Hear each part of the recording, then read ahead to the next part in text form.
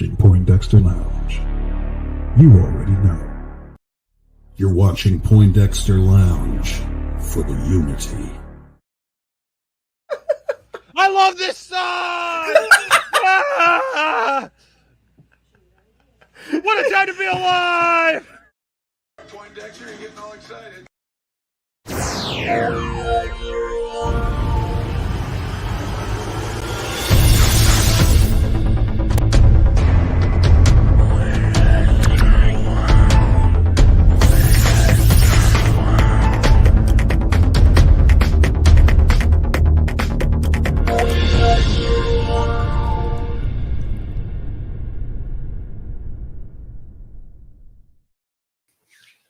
What's up, nerd family?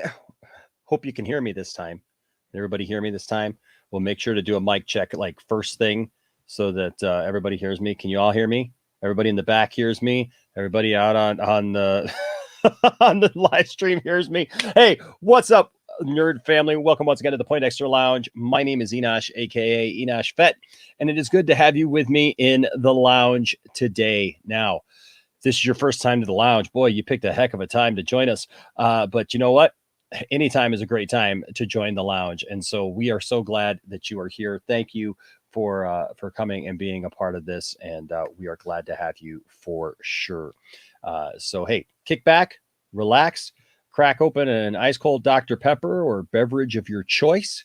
And I don't know. Why don't you set aside an hour or two? We'll have a few drinks and a cup of coffee. I don't drink. But I do have my coffee right here, and it is a good thing to have you guys in the lounge with me tonight.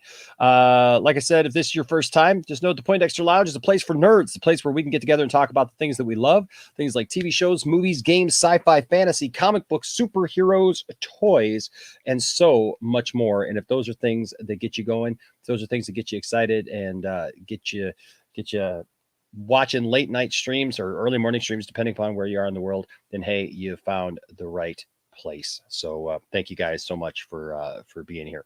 Also, thank you to all of our supporters. I want to say a special shout out to all of our patrons. Thank you guys for all that you mean to us. We definitely appreciate each and every one of you. You guys are absolutely fantastic. And I am grateful to all of you for all that you do and for being here and being a part of this. Also, don't want to forget, thank you also to all of our members here of the channel. Here is the updated member list. I'm so glad that we got the list updated and everything. But here is the updated member list. And so thank you to everybody who is a member of the channel. Don't forget, membership has its privileges. And there's lots of cool things that we're going to be doing coming up here. We will be having a members and a patron stream. And then also, don't forget this Saturday, this is for everybody, but we'll be having a watch party this Saturday starting at 10 a.m. Eastern Standard Time. We're going to be watching the Star Wars original trilogy, but the non-specialized edition. So I know for a lot of people, maybe you haven't seen that in like almost 25 years, maybe. It has not been released in that long, and so maybe you haven't seen that, and so I invite you to come on over. We'll start here on YouTube at 10 a.m. and then we'll head on over to Twitch. So if you haven't followed us on Twitch yet, it's really easy. All you just got to do is go over there and look us up under Poindexter Lounge, and we will have a good time for sure.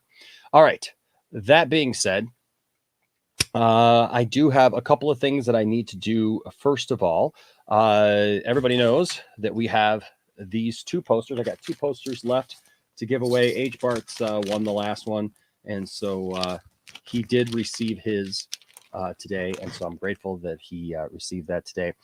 So got two new winners coming up. Just so you know, if for some reason you're not in the continental United States, we can talk about how I can get it to you. I can price it out and see if you can get it, if I can get it to you. I try to be fair in this, and I just put all the names of everybody who gives a super chat and everybody who's a member and hasn't won in like the last, if you've won in the last couple of months, I don't put you in there just because I want it to be fair to other people, be able to spread it around. Otherwise, Brian Master of None would just probably win all the time. Yeah, so I throw all the names in there and stuff. And so if you're not in the continental United States, had that happen a couple of months ago with the giveaway that we did, and it was unfortunate. It was just going to cost me. It was going to cost me like $100 to send out the prize, and so I ended up getting Lewis Cox a gift card instead. So, but that being said, this right here, we're going to try to give this away, and hopefully everybody's in the continental United States, or it won't be too expensive to send it to you. All right. So the winners of these two are Supercam 1721 and Kinky Sphincter. So there you go. Supercam 1721 and Kinky Sphincter. You are the winners of these two posters. All right. So you each got one. So contact me and we'll get your information and we'll get those out to you as soon as possible. I do want to I want to say thank you to everyone who supports the channel. Like I said, nobody ever expects anybody to give anything or to contribute financially to the channel at all. I'm just blown away that you guys are so supportive of the channel, and I'm very grateful and I'm very thankful. And that comes from me and my family. And so I just want to say thank you to everyone who does that. That's why I like to try to give, a little something back. May not be in the position where I can give out, PlayStation 5s, like I said, but, I like to give a little something back. And so just to say, hey, thank you guys. We're grateful for you. And we hope that you know that. All right. And like I said, we're just grateful to all of you. We're grateful to everyone who tunes into the Poindexter Lounge on a weekly basis. I'm here streaming every day, just about twice on Wednesdays, apparently. So that being said, before we jump in, I do want to say hi to a couple of people here in the chat. And then also, I already saw that we have a couple of super chats. I want to get to those. And then we have a panel on here. And I want to discuss this, and have a good discussion. I spoke my piece earlier today and kind of gave you kind of my thoughts. And if you didn't see that video, you can find that right here on the channel. But gave you kind of my thoughts about everything and kind of where I was at with this whole topic. And I'm always down for hearing other people's voices, opposing opinions and everything even. It's like I said earlier today, like I know that my friend Matt Jarbo has taken a lot of hits for being kind of on the opposite end of this, kind of saying, well, it's done. And it's like I said in my stream earlier. And if Matt's even listening now, I want Matt to know, like, I ain't mad at him. I'm not mad at anybody. It's something I enjoy. It's something I love. And it's something that I see ways that it can happen. And so, but I totally understand looking at things from the outside, looking in and being concerned and, even feeling like it's done. I just look at it in a little different way for myself. And for those of us who are going to keep on being positive, we're going to keep on, sharing the hashtag. We're going to keep on trying to do everything that we can, so at the end of the day, Warner Brothers is going to hear us. They're going to hear our voice. They may not like what we have to say and they may never give us what we want, but they're definitely going to hear us. And that's all we can do. That's all we can do, folks, at the end of the day. I mean, and whether or not we get another movie, whether or not we get a limited series on HBO Max, whether or not we get a cartoon, an animated series or something like that, or a movie, or whether or not we get a comic book or whatever we get, a novel, anything, I want to see the rest of Zach's story. And so I know a lot of you do too as well. All right. Before StreamYard gets too far ahead of me and won't allow me to see your post, I think it already might have cut a couple off, so I apologize. But Tim, good to see you in here tonight. Restore the SnyderVerse. Absolutely. What's up, Superheroes Fandom? Welcome. Yes. Hashtag restore the SnyderVerse. Yes. Black Ops, good to see you. It's hard to appreciate content when it seems like WB doesn't care or know their own content.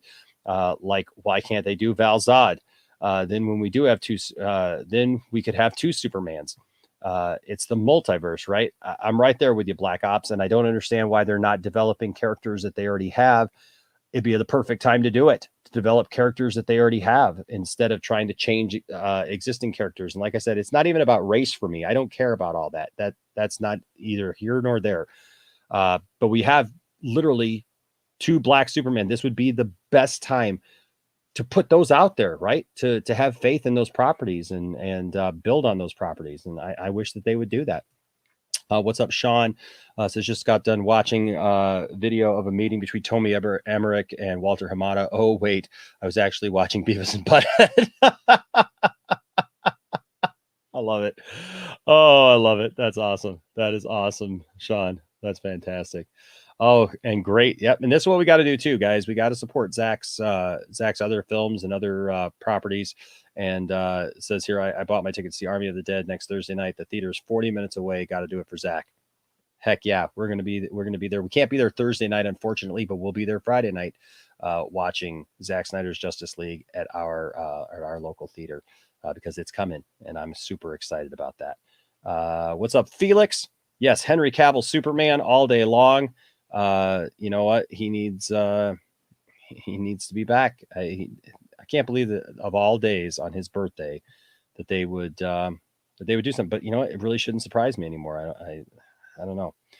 Bradley Latham, good to see you. What's up, everyone? Yeah, I had a fantastic day. I got to spend a little bit of time with my wife today, which is awesome. What's up, Frank E? Good to see you, sir. Yeah, look at their superheroes fandom using some of those emojis there in the chat. And you can too. And don't forget, you can send me your ideas for emojis. I need 2 emojis. I need 2 new emojis, and I'm going to go forward. But I need your help. So send me your idea for an emoji to poindexterlounge@gmail.com.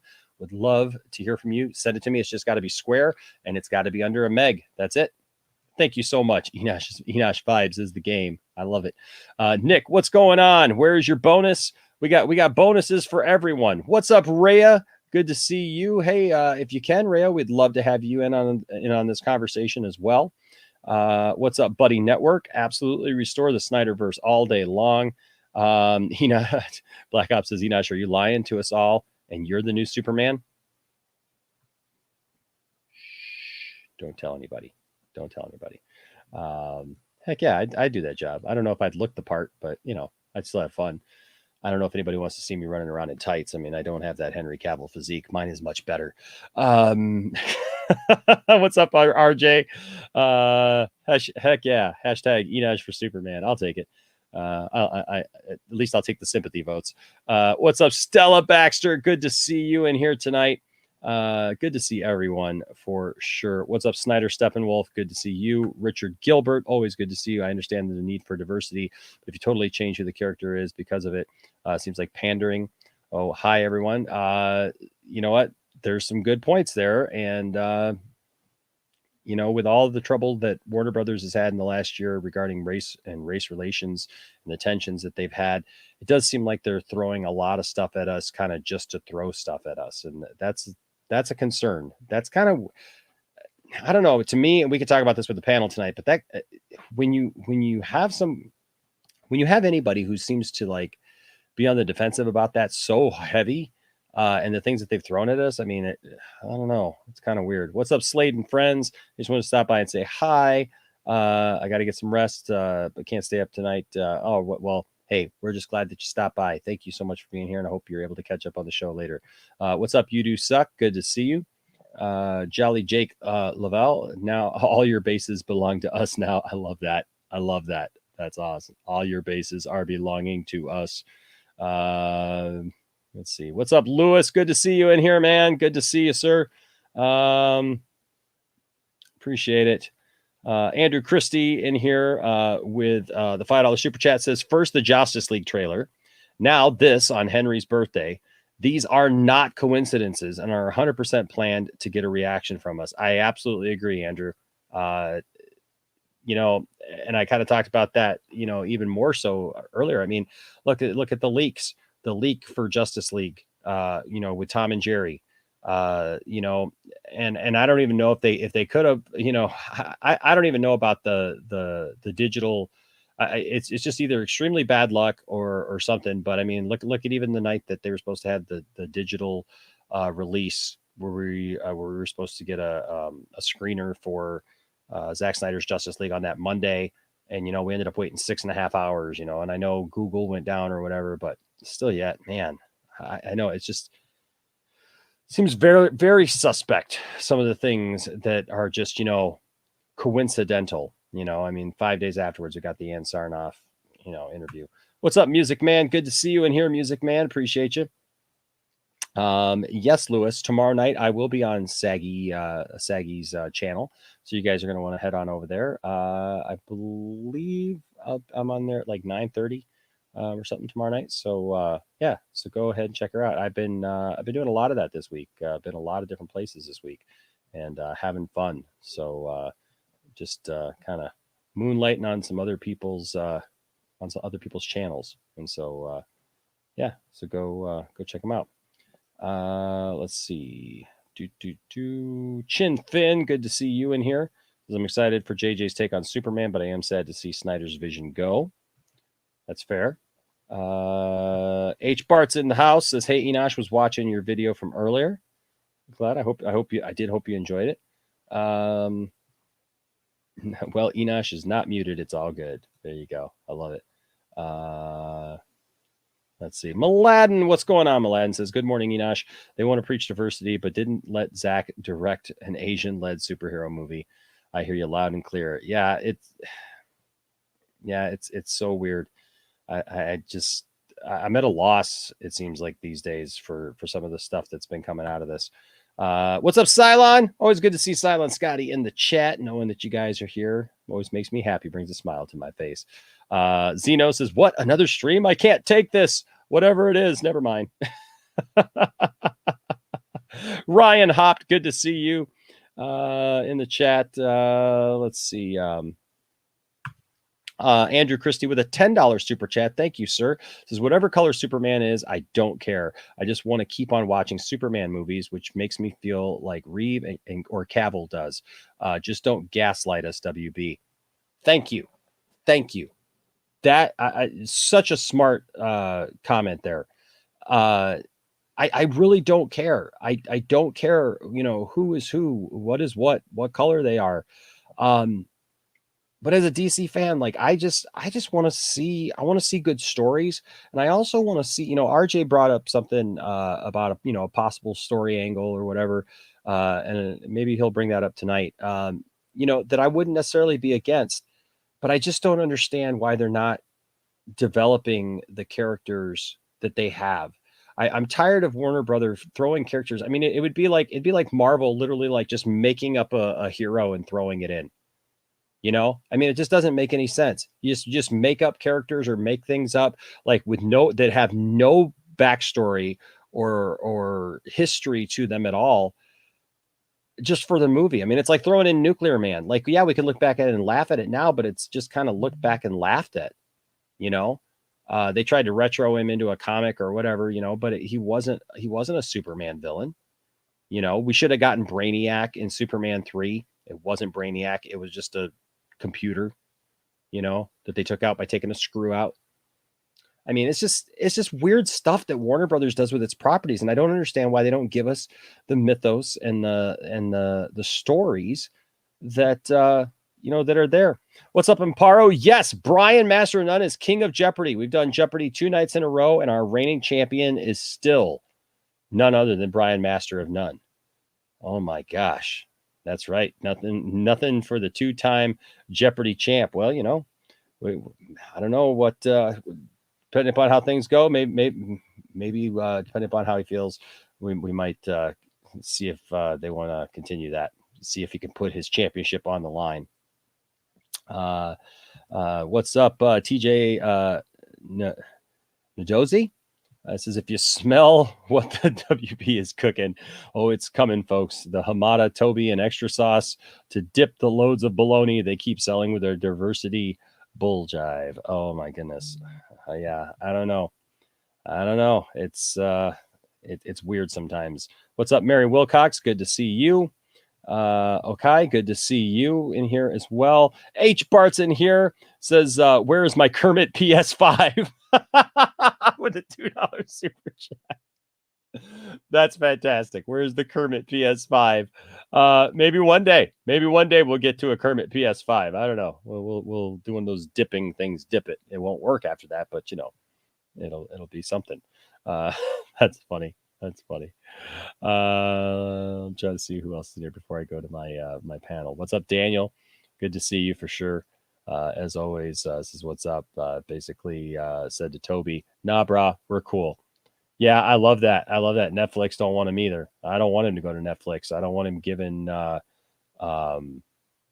I don't want him giving Zach a hard time over there now too. Uh,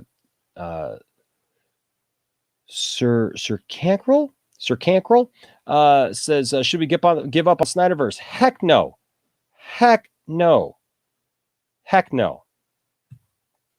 Heck no. Okay.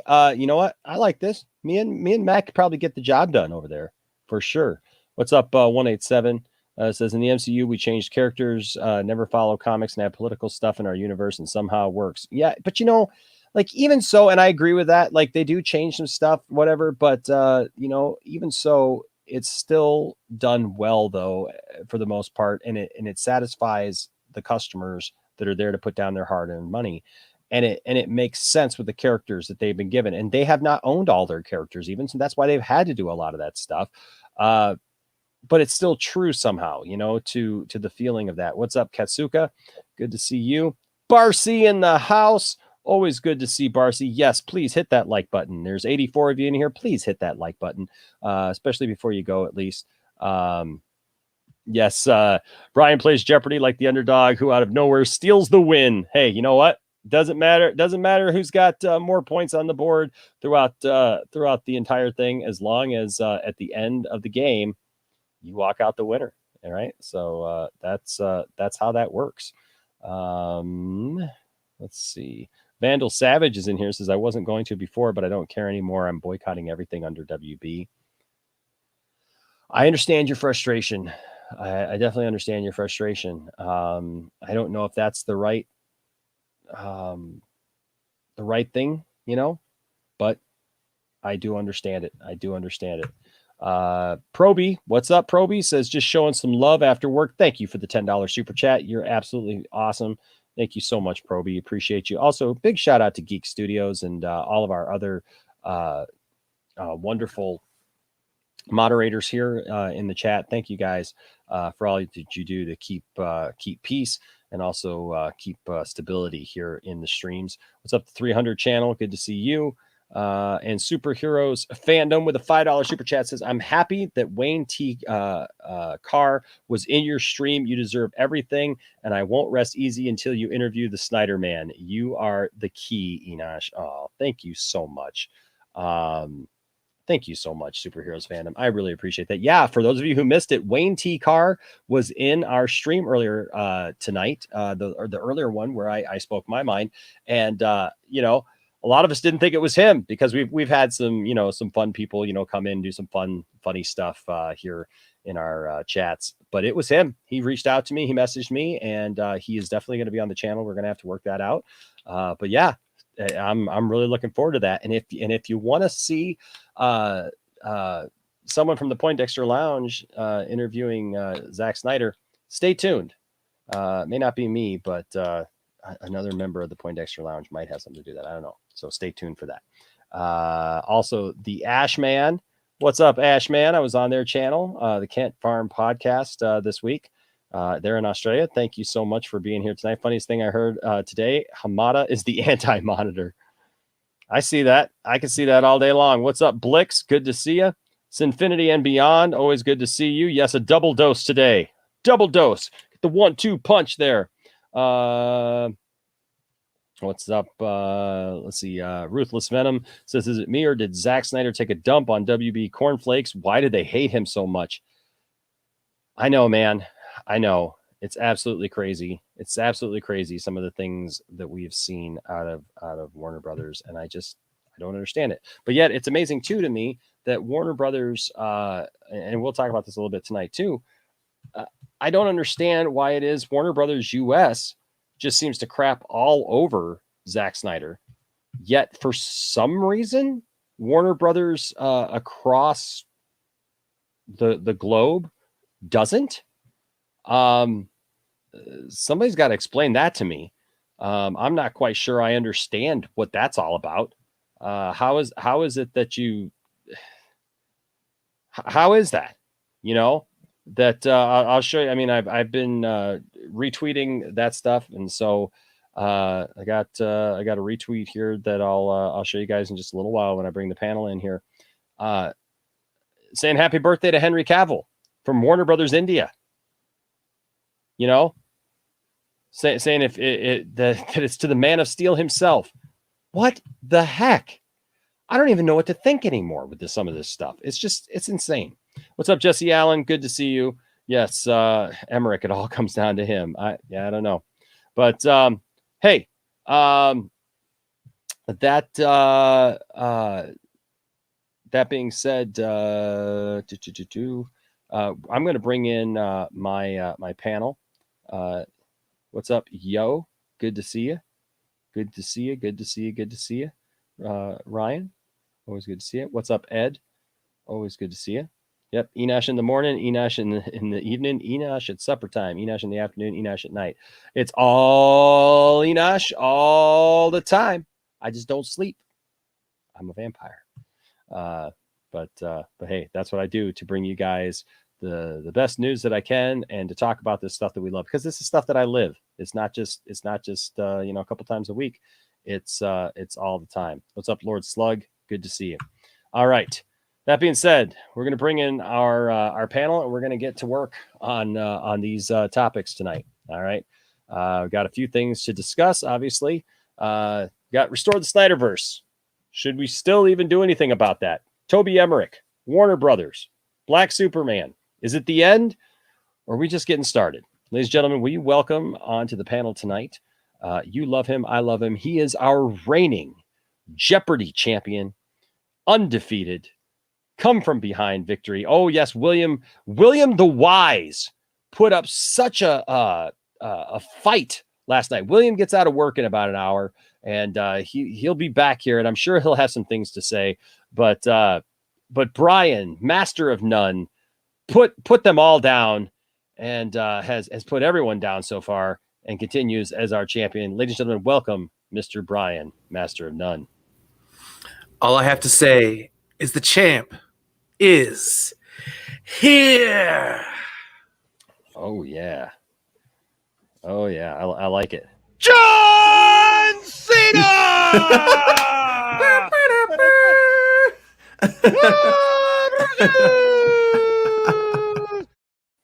Yep, that's right. Black Ops just says he's coming back for you, man. He says he's coming It's back. all right. I'll have to do it another night. I can only be on for probably about an hour. Oh, that's very convenient. Right when William might come back in. My heel champion turn here. Just waiting for the face to get his comeuppance. Oh, that's great. That's great. That's great. All right, ladies and gentlemen. Oh, go ahead, Brian. I have to get up early tomorrow, so that's okay. That's all. Well, we're just glad you're here tonight, man. Also on the stream, ladies and gentlemen, we always love having him. He's got some great takes on stuff, and we lost him last night. My internet went all wonky last night for a while, and then we still ended up coming back and doing stuff. I don't even know what happened last night. Last night was a weird stream. Like, we talked, it was all chill and mellow. And then my internet went out for a while. I had to go for my phone. I ended up showing off toys we were talking about, and then we ended up coming back and still playing. So there you go. Ladies and gentlemen, welcome back to the channel, Mr. D.Al Vince. What's up, sir? What's up, look at him. Looking good. I had to come represent today because we have a lot to talk about. We have a lot to talk about. Heck yeah, we do. And then also, ladies and gentlemen, he's become a regular here on the channel. We love him. Ladies and gentlemen, welcome. Yes, the ever controversial and making his way in the world today, because it takes everything you got. Taking a break from all your worries sure would help a lot, and it helps even more when RJ, Resident Justice, is here. What's up, RJ? Hey, what's up, guys? Good to see you, man. Glad you're in here as well. So this is Night Captain with a $4.99 super chat says, "This is why I try not to collect movie figures. Reboots. Not using actors we already have. It's crazy. I'm still hopeful for Restore the SnyderVerse." Night Captain, I feel your pain. That's got to be a pain in the ass. You got to buy new action figures every time they recast. Oh, damn. Oh, yeah. The real reason why they don't want to keep anybody like actually in a role. Yeah, for sure. Well, guys, I mean, you guys have kind of, the story. You know what happened today.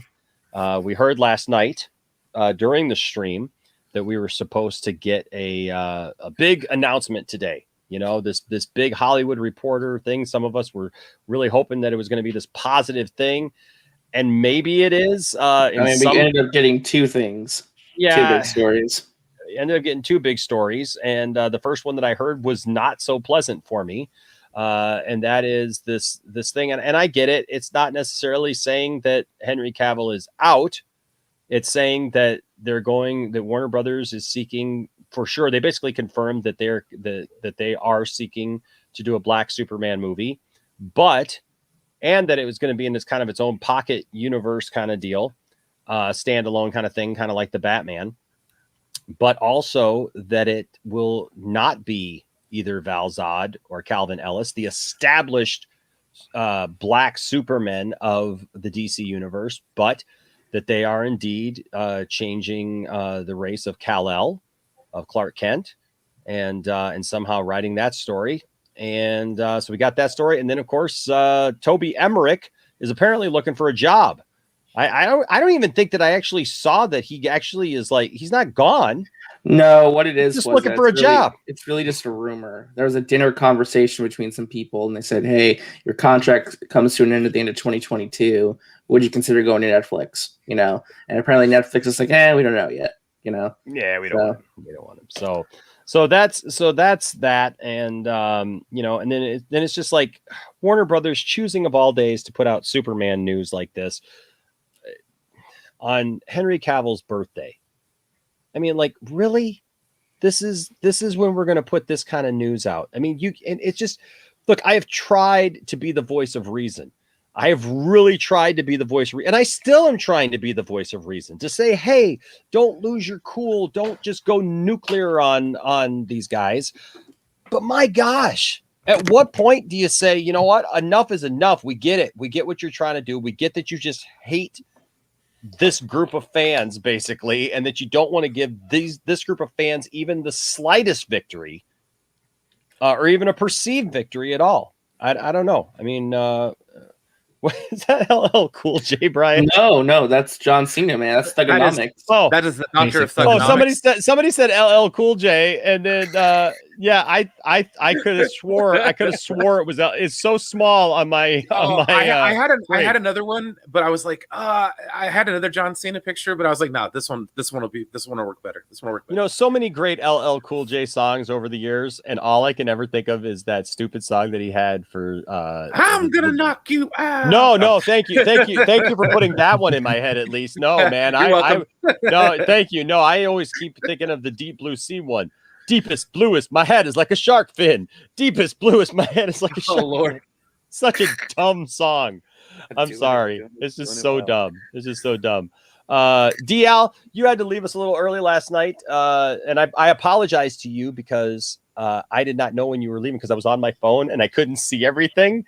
And so when I came back from full screen, because we were showing stuff, you were gone. And I was like, oh, I feel so bad because I didn't even acknowledge that you were gone. So let's start with you, man. You came in representing with your Superman shirt on and everything. Absolutely, bro. And it's real quick. Simfinity and Beyond with a $2 Canadian super chat says, did you order the Zack Snyder Justice League figs? Hoping for a wave 2. Heck yeah, I did. I can't wait till they come. They're supposed to come in June. So yes, heck yeah, I did. I'm ready for that, Simfinity. Absolutely. All right. So DL, what do you think, man? What are your thoughts on this? A lot. So are they so let me get this straight before I say anything else. So it's confirmed they're not doing Calvin Ellis or Val Zod. Is that what they said? They said it's a 20th and the writing phase. Well, they said that they're writing it right now. I can pull it up right now. They said that they're writing it, but that right now it says the Superman film appears to be moving on to its own track and won't be part of the universe as of now. Sources tell the Hollywood Reporter that Coates is crafting a Kal-El in the vein of the original Superman comics, and will have the protagonist hail from Krypton and come to Earth. And this is not Kal-El like the other Kal-El, where it's spelled different. It's actually Kal-El. While the story is currently being crafted and many details could change, one option under consideration is for the film to be a 20th century period piece.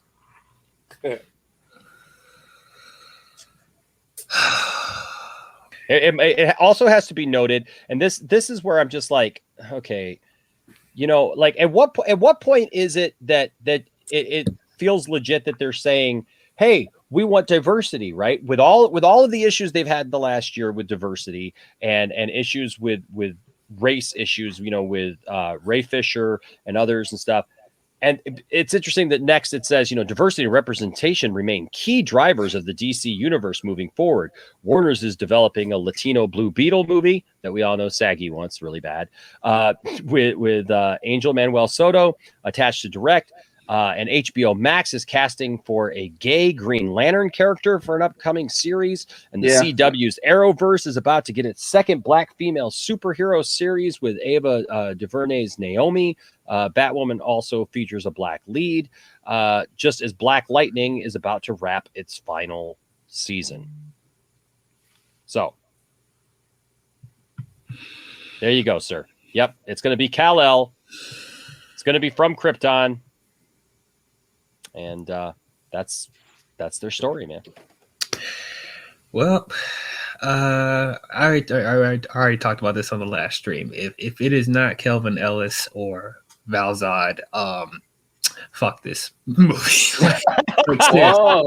fuck this movie. Fair enough. Hey, now we're jumping right into it, man. It's like, yeah, we're get nuts. Come on, let's get nuts. Oh yeah, we're about to get nuts in here. Okay, so it's no secret. I love Henry Cavill Superman. He's my favorite live action Superman. Like, I've been begging WB to do another continuation of Henry Cavill Superman. You know, after or if it could be in between the SnyderVerse continuing whatever. I wanted them to do a standalone Superman film, especially because Henry has been wanting to do it for so long. He loves the character of Superman. He loves playing that character. So I don't understand why WB, like, if they don't want to continue with the SnyderVerse, whatever. But considering the fact, I've said this before, Henry Cavill is like a hot actor right now. He's on a roll with, you know, all the other stuff between Netflix and all his other movie roles as well. So it's like, why do you not capitalize on that? Like, why are you just letting him sit? And then is it once again? I'm going to ask: is it confirmed that he's fired from the role? That's the thing. That's the thing. They haven't said he's fired.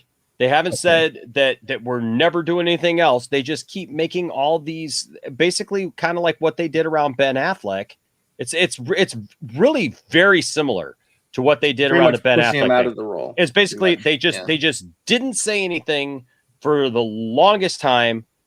They just kept, you know, like with, we're doing this other Batman thing, you know, basically everything but Ben Affleck, until one day we just woke up and Ben Affleck was on with Jimmy Kimmel and was saying, I'm not Batman. And next thing you know, that was it, you know, and we just knew that he wasn't coming back. And yet somehow he came back.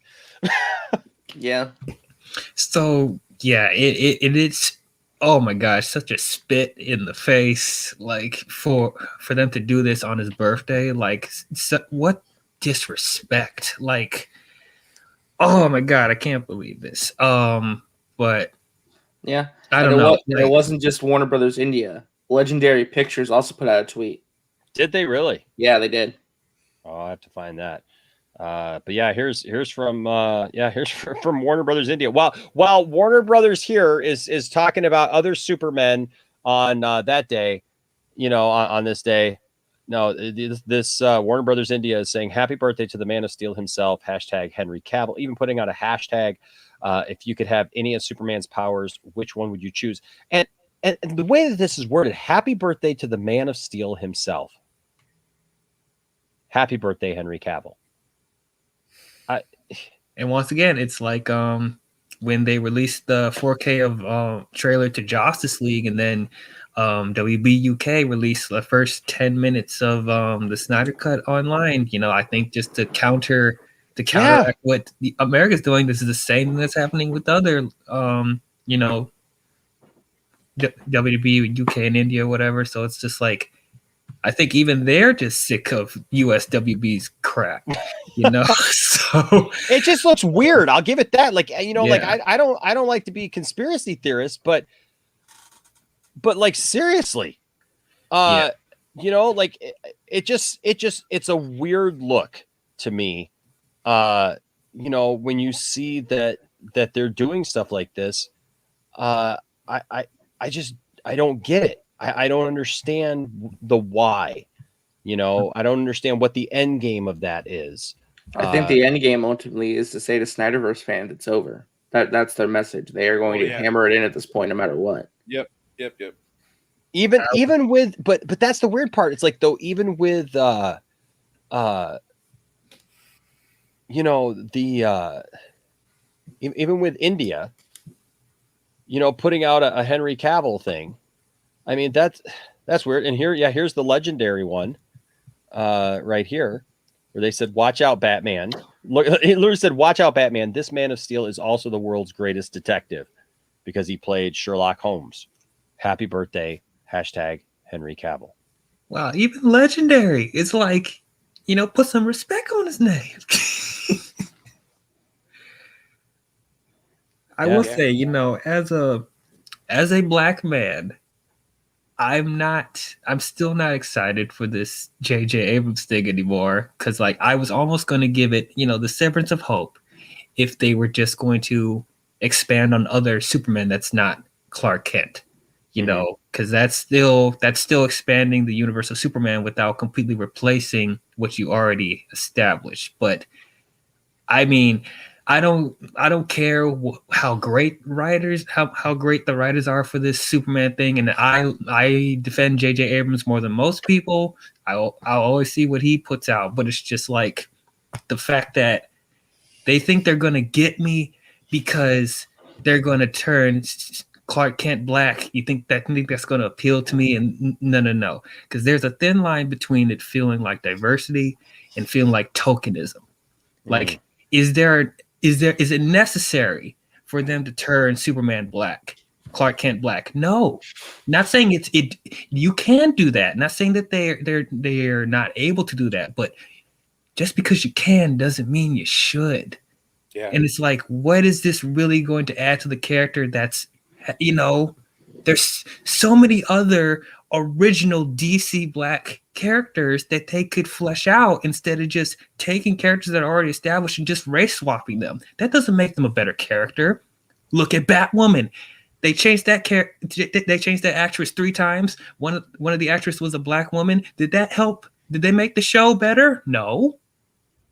So it's like, I don't know what Warner Brothers is thinking. And then, they're being so hypocritical because they're still treating Ray Fisher like crap. And I highly doubt they're going to bring him back to be Cyborg at this point. If they're going to do this to Henry, like, it's so hypocritical. And then all the, you know, the actors of color that they cut out from the Snyder Cut, and then not doing the Adam movie, you know, to appeal to Chinese audiences. Like, this is very hypocritical. WB trying to be like, oh, we're going to be so inclusive, and, you know, we're going to, you know, have everybody represented, even though we're just going to ignore the other stuff that Snyder established because F him, and we want $1 billion, and we don't like what Snyder's doing. It's our multiverse, except Snyder's not included. He can go sit on the bench somewhere.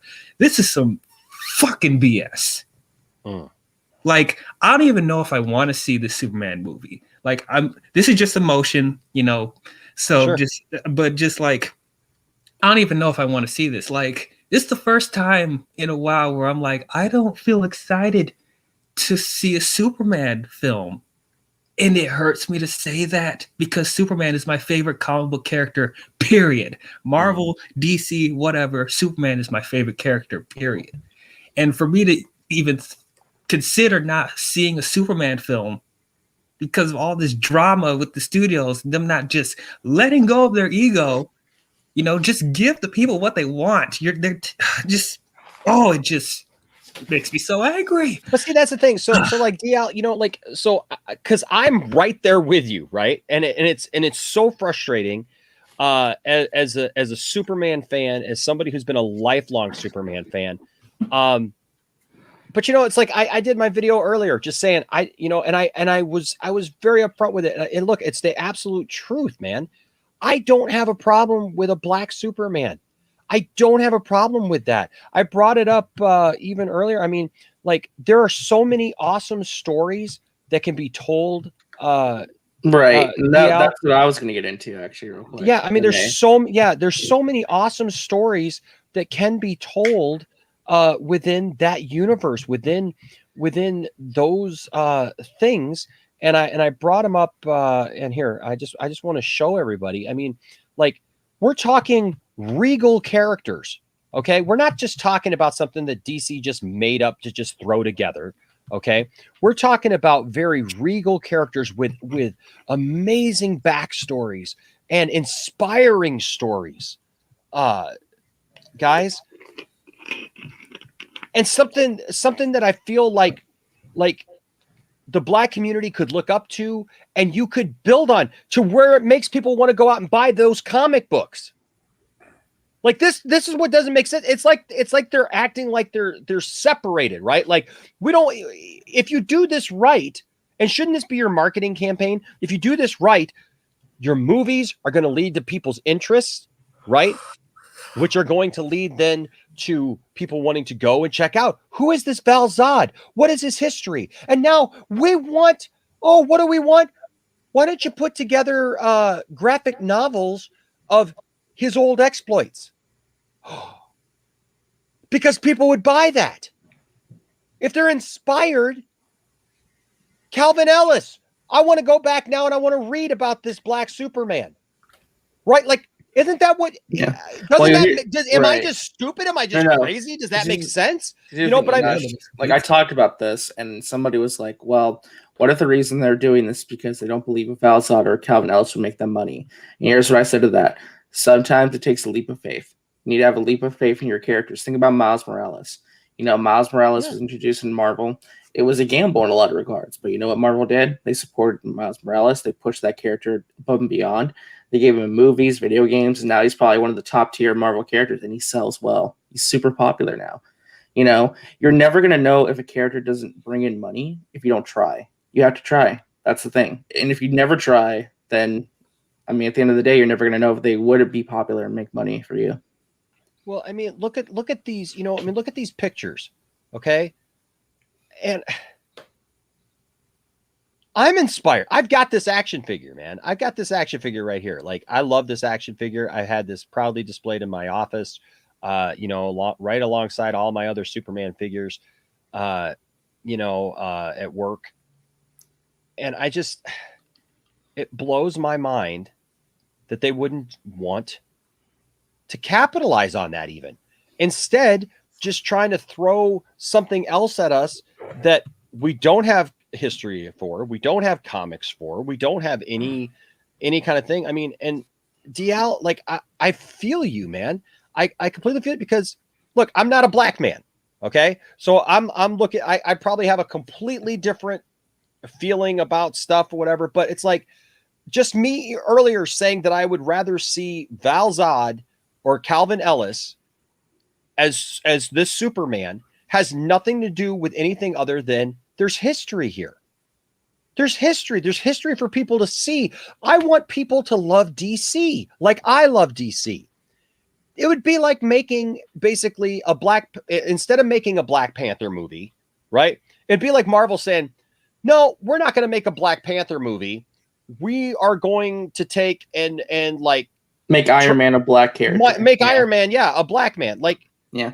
Well, I saw a perfect example. It'd be like, instead of making a Miles Morales movie, they just make Peter Parker an African-American kid from Queens, instead of doing, that too. Yeah, that's exactly what it is, But if I made a play devil's advocate for a moment, like because I just thought about this. Have you guys ever read the comic book Superman Smashes the Klan? Yes. Mm-hmm. Yeah. And here's what I was thinking. I mentioned this earlier in the chat. I think it would actually be a very interesting idea to do an Elseworlds movie, like it seemingly this is going to be, and do it to where basically you have a Superman who lands on Earth during, let's say, the 1960s or the 1950s, but he's an African American. He has the appearance of an African American. that could be a really interesting and poignant story, something really powerful and something different as an Elseworlds tale. I think there's interesting avenues to go in this, but again, it just depends on how it's handled. But again, I don't support the idea of, like, here's the thing. Where's Jon Stewart Green Lantern? Where's Vixen? Where's Bumblebee? Where's Black Canary from Birds of Prey? Why didn't she get an HBO Max show? There's so many characters sitting on the table that's like, to me, I just get worried with this because to me it feels like pandering, and this is a word that gets overused a lot, but it feels like a virtue signal from Warner Brothers trying to say, hey guys, look, we're promoting diversity now. Ignore Ray Fisher's saying, ignore all this. It is. Yeah, I want to let Brian go though because I feel like he has a lot to say on this. Real quick before Brian goes, Amparo with a $5 super chat. Thank you, Amparo. Says their behavior is unprofessional. They're losing Affleck, Nolan, among others. This will backfire on them in the future. No more jobs for them. Like I don't know. I like I said earlier in my stream, it's like I'm frustrated that I get to the point where it's like, what do we have to do as DC fans to see stories of the characters that we know on the big screen? Like it literally just feels like the whole thing has to go bankrupt and they have to either sell it to somebody or just lose it. I don't know. You need an executive sweep. You need like a whole cleaning house. I know it's so crazy. Andy Bucko with a 549 euro super chat. Thank you so much, Andy. Says, at least with this, you're on the same page with Andy's ignore. Sign of hope. I like that. There's, you know what? I've always said there's always hope. There's always hope. That's just something I was thinking about, That's why I put it in the chat. It's like, if they did like a Superman smashes the Klan type movie with a black Superman and like change the story where he lands, like say in like the 1960s, that could be something really powerful and something really cool they could do if it's handled and written well. But I wouldn't want to take over like the main Superman or something. I'd want it to be cool. There's lots, absolutely, man. There's lots of things that can be written well. Like I brought up earlier, Krypton. Krypton had a black General Zod, and he was great on the show. Completely believable as General Zod and imposing, and I loved it. Like I said, my only thing on this is like, and as much as I agree with you, RJ, about that, my only pushback to that is, okay, so yes, that would be a cool story to see, right? Yeah, like take the Clark Kent character, but he's black. That would be a cool Elseworlds story to do, right? But like, say for example, we got the Joker story, right? We got the Joker movie a couple of years ago, right? And the Joker movie has been controversial for a lot of people, but it made over $1 billion. People went to go see it. It brought people in. It did whatever. Should that have been the first time? What if that was the first time you ever saw the Joker on camera, on film? Excuse me. That you had no reference for the Joker on film whatsoever, right? And that was it. And they literally just put that Joker on there, that they made this Joker up for that. It doesn't make sense. Like we've had the Joker, so we've been able to experience Heath Ledger's Joker. We've been able to experience Jared Leto's Joker. We've been able to experience Jack Nicholson's Joker and other Jokers throughout time. Like Mark Hamill's Joker, for example. All these different Jokers, and then you get this standalone Elseworlds Joker, right? That you can go, okay, you know what? Batman's not there. These other things aren't there, right? It is what it is, right? And we'll go forward. We'll see what this is. My thing is like, yeah, as much as that would be a great story, why wouldn't you because you're breaking ground here. You're breaking ground with being able to put a black Superman on the screen. Why wouldn't you go and lead with your best foot forward? Which is an established character. You literally have 2 black Supermen to pick from. Okay, technically 4, but the other 2 wasn't really developed that much. But yeah, definitely Calvin and Val Zod, they're there for you to use. I also want to address Lewis Cox in the chat that wants me to play Val Zod or Calvin. I appreciate the thought. However, I'm only 5'7", and my voice is not sexy, so I don't know if I would make the cut. Yeah, but you know what? I don't know about that, man. I don't know. You're pretty darn sexy, DL. You're pretty darn sexy, man. You got the look. I don't know, man. Check this guy out. Hold on a second. We'll figure this out. Hold on a second. Let's put it up to a vote, ladies and gentlemen, because they can always do that thing, man, where they make you look taller than you really are. I mean, like, think about it. They do that with Tom Cruise all the time, man. I don't know, man. I can imagine if WB called me the next day and be like, we want you to play Val, Zod, or Calvin, I'll be like, I'll be on the flight tonight. Even Rhea, man. Rhea's in there. Yes, DL for young Calvin. We love it. Lewis is like, yes, DL, man. It's darn sexy. All right. See, look at the love you're getting all of a sudden, DL. That's all we had to do, man, was just say it. Look at that. Oh my gosh, it's sexy to me. Oh my gosh, look at you, buddy. I appreciate you guys. Oh, so all right. So that's what we've said. Brian. Before I get started, Tim Possible had a $2 super chat that got lost in StreamYards. Did it? I'm sorry. It did. I'm pulling it off of YouTube right now. Okay. It's when is next? Yo, Dre, I got something to say. Heck yeah. That's funny. How did I miss that one? That you said that one was, it just got lost in the shuffle. I went back on StreamYards. It's not there. So okay, you know what? I can. Actually, I can go back here. I can't pull it up on the screen, so I apologize for that.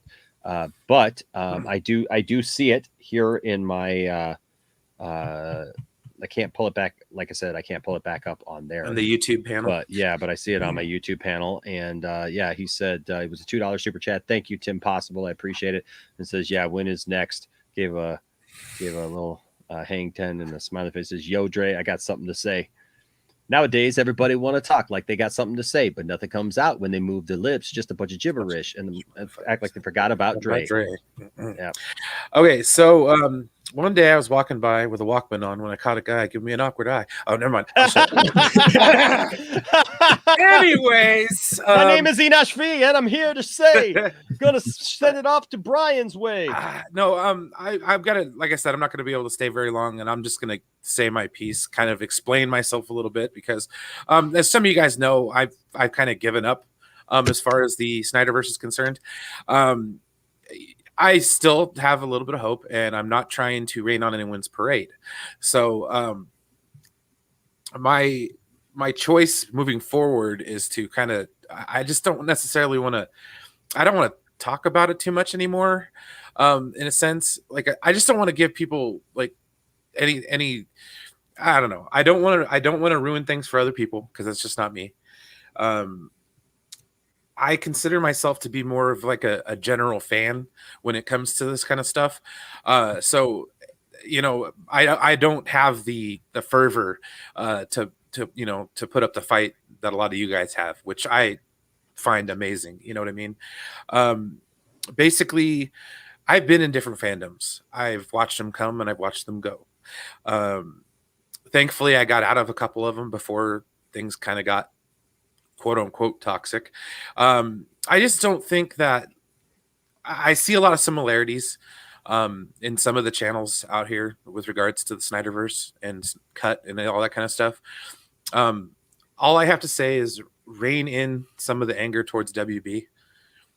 Realize that they're doing this on purpose to get you pissed off. So at the end of the day, they can sit back and say, well, no, we're not giving it to you guys.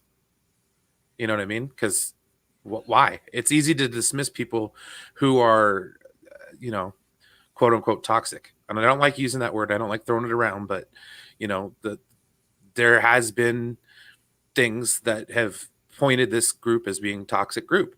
You know what I mean? And I don't think that's the case, because I'm with you guys day in and day out. You know what I mean? This is a very positive community. And that's why, honestly, it breaks my heart, like having to come to this decision.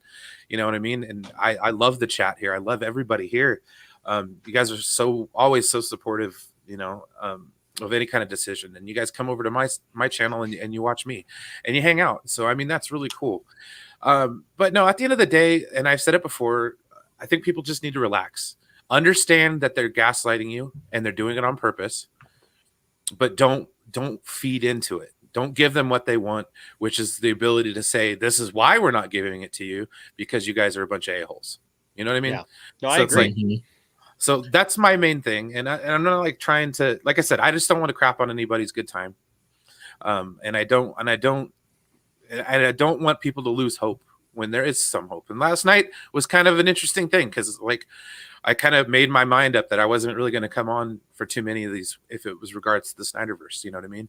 It's just because it brings up a lot of anger in my own heart. And when that happens, it's like, no, I got to redirect it. I mean, the fact of the matter is we have so much to look forward to right now with other properties. So it's like, for me, all I have to do is just kind of step back and, look at something else. Like, for example, we got the Bad Batch. Star Wars is back. You know what I mean? Yeah. Loki's coming. Yeah, Loki's coming. We've got a pretty impressive Marvel slate. I mean, Army of the Dead. If not, Army of the Dead. And I mean, that's the other thing. The best way to support Zach going forward is not to attack WB, but to fully support what Zach does. So if you don't have Netflix, go get it. You know what I mean? If you don't like zombie movies, find a reason to like them. You know what I mean? So it's like, do what you can to support the man, and hopefully things will work out. But lobbing grenades at WB and the executives and all that kind of stuff is very reminiscent of another group that would attack another executive, Kathleen Kennedy. So I mean, it's just like, no, and that's my only thing. It's like, I just want people to recognize what they're doing. Think before you tweet. Think before you go and rant about how bad, how bad they've done things. Because like I said, they did this on purpose to piss you off, because the optics of the situation is if you have a bunch of people screaming to the top of the heavens and they're SnyderVerse fans, but they're all bitching about how bad and evil WB is. You know what I mean? I don't know. I think there's a little bit of compromise that needs to kind of take place between the two sides, is the best way to put it. You know what I mean? A little give and take. And like I one of the things I want to say about, like, I listened to Enosh's stream earlier. I'd be down for it in another medium. Like if it was a graphic novel or I think an animated movie would be the best animated movie. I mean, if you can get Jay Oliva in there to direct a sweet ass oh my gosh, continuation, and you get Jim Lee on board for some of the art and stuff. I mean, like, dude, that could be still done, and that I mean is worth it. But I mean, at the end of the day, I doubt the movie's going to come. I don't know if they're going to have a series on HBO Max, but like I said, I'm not going to sit back and give you guys a hard time for wanting it. You know what I mean? But I will say, just proceed with caution. No, and Brian, I absolutely 100% agree with that, because and that's what I said, and like I said earlier, because I see Matt Jarbo is here, and I want him to know this, because we all had a fun conversation earlier today in a thread, and that is sometimes it's hard, I think, to hear inflection when you're trying to have a conversation. Text is not the best way to have even in a Twitter thread. And the thing is that Matt, I totally understand where you're coming from, and why you're where you're at with the whole thing. And I don't blame you for that. Look, if I were just looking in, I would, that all I know is this, is that I know what I want to see. Right. Mm-hmm. I know that there's more out there that can be seen. I know that there are paths to it possibly coming to fruition one day. But just don't be an asshole and shut the door in people's faces. That's exactly. Like the whole thing. Exactly. And that's what I've said from the beginning. I've told people to not do that. That's what I've campaigned people to be, is to be good to each other. Don't go off on these, crazy rants. Don't go posting hashtags where they're not appropriate. Don't go, doing all these things. Make your voice heard, but at the same time, don't be an a-hole about it. Right, be an ambassador, like a goodwill ambassador. Exactly. Because I would rather us maintain our what's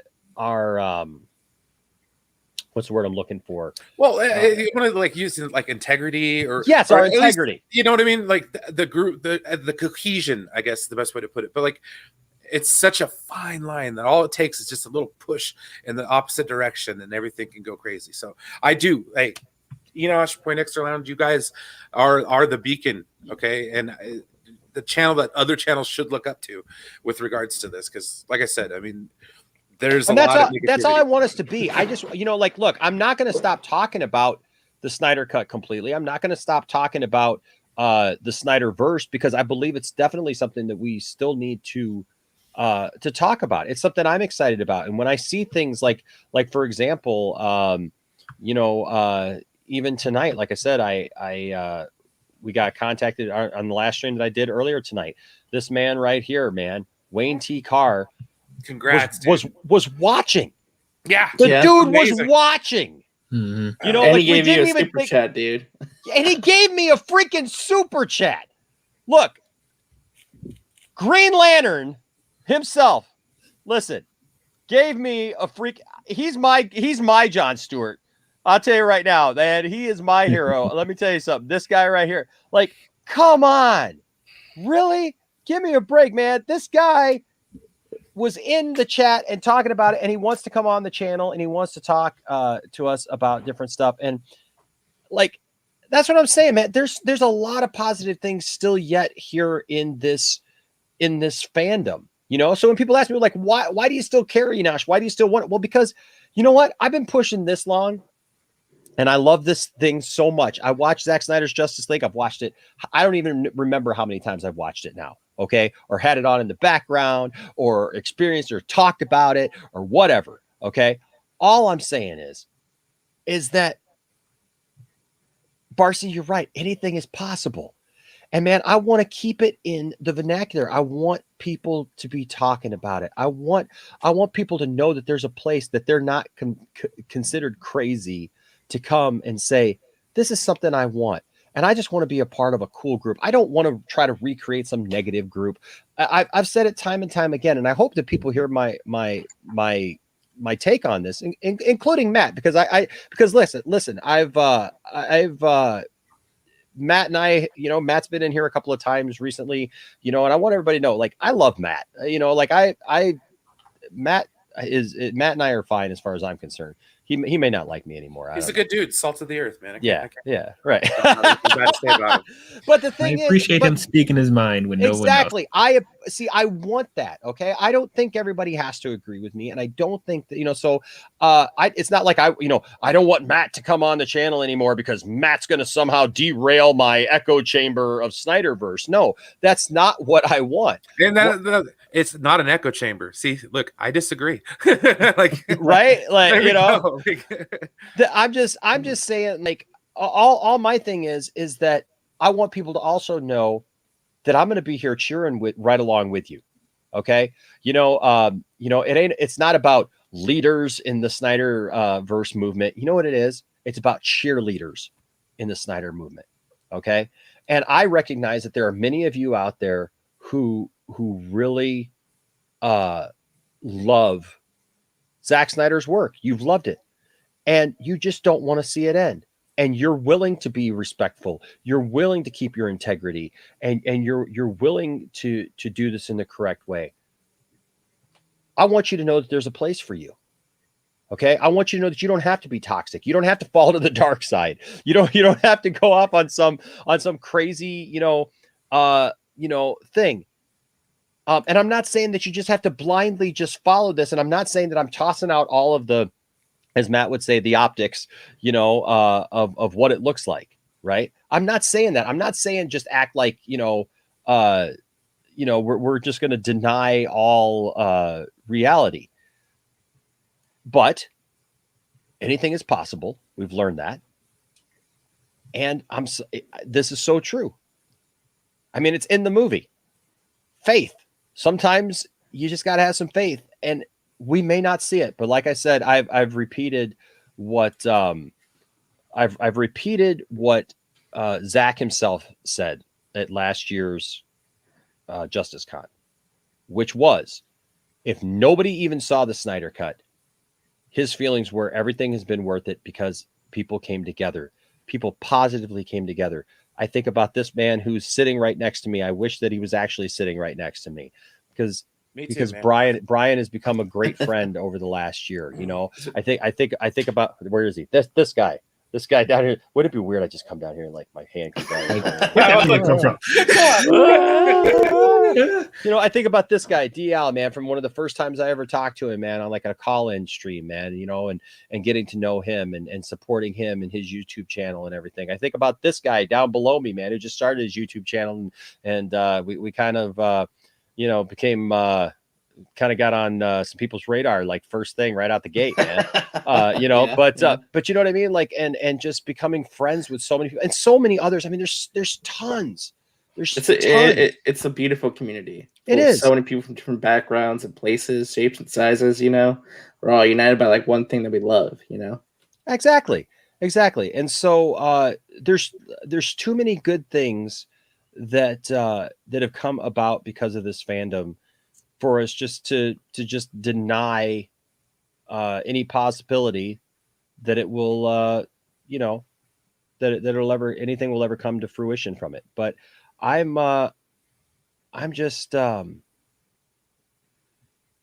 know, I'm just at a point where it's like I want to be positive, but like I said, even if we never see the SnyderVerse continue, that's what I was saying. If we never see the SnyderVerse continue, it'll be okay if we still are together. We're still raising awareness. We're still talking about the stuff that we love.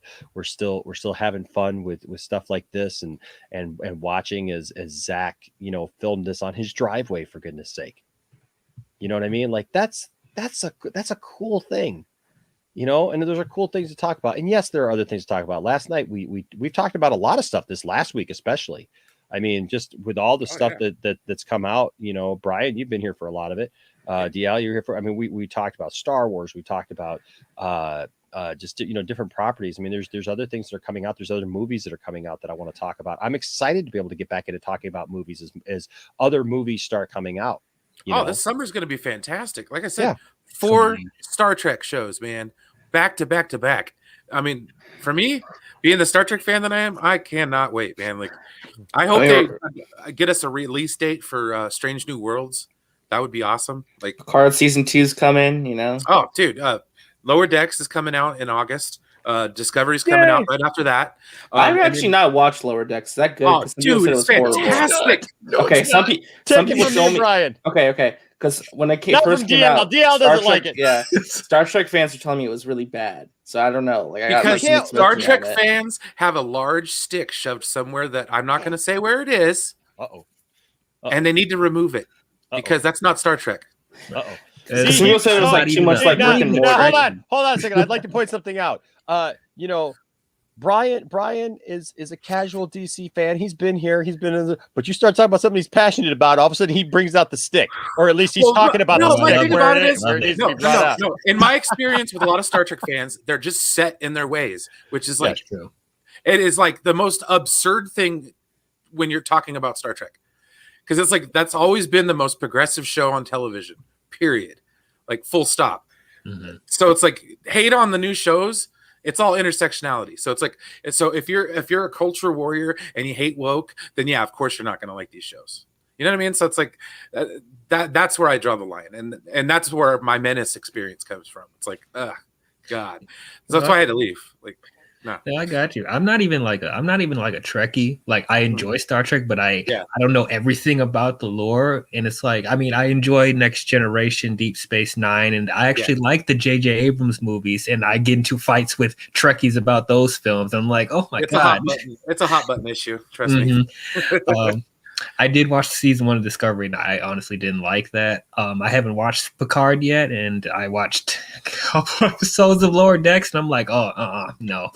No, but you know what I see about that is because I'm a huge Star Trek fan too. Okay, I love Star Trek, and I don't talk about Star Trek a lot here on the channel. I probably don't talk about Star Trek as much as I should, just because you know I wasn't a big fan of Discovery either. Well, and you can literally watch the viewers drop off when we start talking about it. Yeah, like I try not to bring it up around here. No. I mean, and that look, I'll talk about anything I love, man. I'll talk about anything I love, but like I wasn't a big fan of Discovery. I actually liked Picard until the last couple episodes. The ending where it was just like it was kind of anticlimactic. It was just kind of like it was like as my wife likes to say, a popcorn fart. It was just a. You know, it just More or kind of less. wasn't really there. You know, it was like all this build up. You know, it's like, yeah, you're watching it, you're waiting, you're waiting. No, You know, there was a lot of buildup. There was a lot of buildup. So yeah, no. and there was no. nothing, and it was like, okay, but I loved Lower Decks. But here's the thing about Lower Decks is, for me, what I realize about Lower Decks is that you have to not be thinking about it as Star Trek. I love the fact that it's set during the next generation time period more. Mm-hmm. And the thing is you got to remember what it is. It's a cartoon comedy that's not necessarily, it's not taking itself super serious. You know, and that was the biggest critique I had. It was like people were taking it serious. Like, oh my God, I can't believe they're making fun of Star Trek. It's like, do you watch Family Guy? Well, it seemed like a good, a funny thing, parody though. of it. That's the thing, because I am not a fan of Family Guy, and if it was that similar type of humor, yeah, I know I'm going to get a lot of hate for that, but I'm not a Family Guy fan. So, and that was that similar type of humor that they were doing with Star Trek, so I wasn't digging that. But even then, I don't care if Star Trek makes fun of itself. Sure, have some fun, because there are times they do take themselves really, really seriously. So yeah, make an animated comedy. That's fine. It just wasn't funny to me. I was rolling my eyes the whole time. Do you like the Orville? Do you like the Orville? Yes, that was actually funny. I love the Orville. I thought I was going to hate it too, and I actually enjoyed that quite a bit. Seth MacFarlane, baby. Seth MacFarlane. No, I will give you all my Star Wars guys if it is. Wait, except Boba Fett. No matter how sure I am, I never risk the Fett man. Oh, speaking of Fett, this the Book of Boba Fett, right? Oh, dude, yeah. During the wintertime. I mean, I cannot wait. Oh yeah, and I can't wait for the rest of the Bad Batch. Like, come on, give me next week. Let's go. Yeah. Come on. Yeah, I mean, even today, actually, this flew under the radar. But I guess iTunes released on the bonus features, every single Batman movie, a featurette on the Batman, talking about Catwoman. I watched that. I cannot wait for this movie. I legit am my excitement grows day by day. This movie's gonna be legit awesome. I posted in the private chat. It's actually okay. Get a chance to check it out. They talk about what their approach to Catwoman, the Rogues Gallery. They're crafting a real Batman universe now. I just can't wait. It's a few years too late, unfortunately. Well, and I don't know. Look, I'm going to withhold judgment on the Batman. I just feel like we've already been there. I mean, we already had a whole world established with Nolan's thing. It was we went through the whole process, right? And that's my thing is it's I don't understand this thing where it's okay, so we're going to take this 10 years and we're going to go through this whole process of getting to know a character all over again and build this whole thing up, and then it's going to go away. And then we're going to do it all over again. Well, here's the thing though. I feel like it's different though. That's where my interest is gone. I'm Well, here's what I'll say to counter that though. When Matt Reeves signed on, Brian, what did you say? No, I don't care about the Batman anymore. No, I know what happened. I know what's going on. I love Batman. Don't get me wrong. Which kind of breaks my heart as well. But dude, as far as enthusiasm, none. Is it because of Warner Brothers or what? No, actually, I think it has to do with everything. It's everything. It's Warner Brothers. It's the fandom. It's people hating against the fandom. It's all the associated crap that just makes it to where I have no interest in it. Especially and this is not the case. This is not the case. The Batman movie does not take place in the same universe as Joker. No, it does not. Yeah, it does not. It does not. See, and all that does is just confuse your normal theater goer. So it's I feel like there's a thing called I mean, I've been feeling Batman fatigue. Even though I know a lot of people love Batman and they'll watch whatever Batman's in, it's the fact that as you Brian and Enosh was saying, they've been doing the same thing over and over and over again. How many times are we going to see the beginnings of Batman? We already know the character so much, and it's what I do appreciate with this with Matt Reeves Batman is at least they're going to expand on the Rogues Gallery. That's what it seems like they were doing, because in the previous films they only scratched the surface of the Rogues Gallery and they were just focusing on Joker most of the time. So that's one thing I appreciate, but it's we still haven't gotten the Bat family after Batman and Robin. They haven't tried that again. I have a feeling that Matt Reeves might do his the most, because Batman has such a universe in itself with so many other characters that they haven't tried to do again. And people love like Batgirl, Robin, Nightwing, Red Hood, and like they still haven't tried that in live action. So it's like, what is going on? Why do we keep doing the same thing over and over again? If you love Batman so much and people love the Batman universe so much, then explore the world more. I don't want to see the origin story again. And yeah, I'm sure Pattinson's going to be great, but Get that Batman in there. Is it going to be like another? Is it going to be another edgy?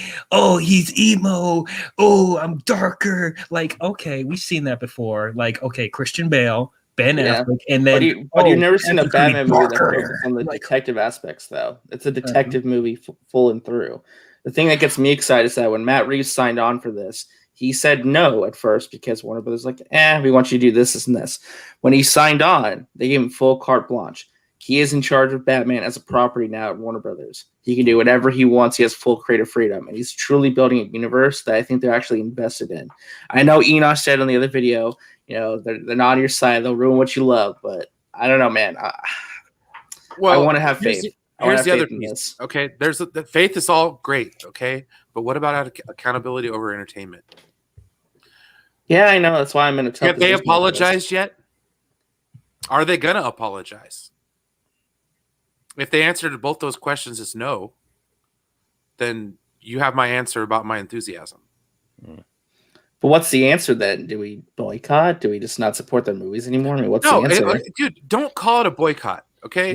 Yeah. Just call it a personal decision. Okay, yeah, sorry. I mean, use that word. If WB wants my money, give me a reason to give it to you.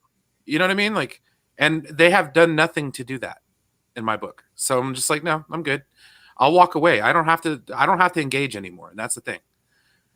If you personally feel that that's how you want to go, I'm not gonna fault you for it, but I'm not gonna sit back and say it's a boycott. I'm not gonna tell other people not to watch it either, because that in my opinion is a pretty crappy move. But like I'm just saying, is if you believe in those things that Ray Fisher was saying about accountability over entertainment, and they haven't done anything other than virtue signal about how diverse they are, all the while sweeping what happened with Ray under the rug, then I mean, no, they don't deserve my money. I'm sorry, they don't. Well, and I think. See, that's what's making it very hard to be very hard.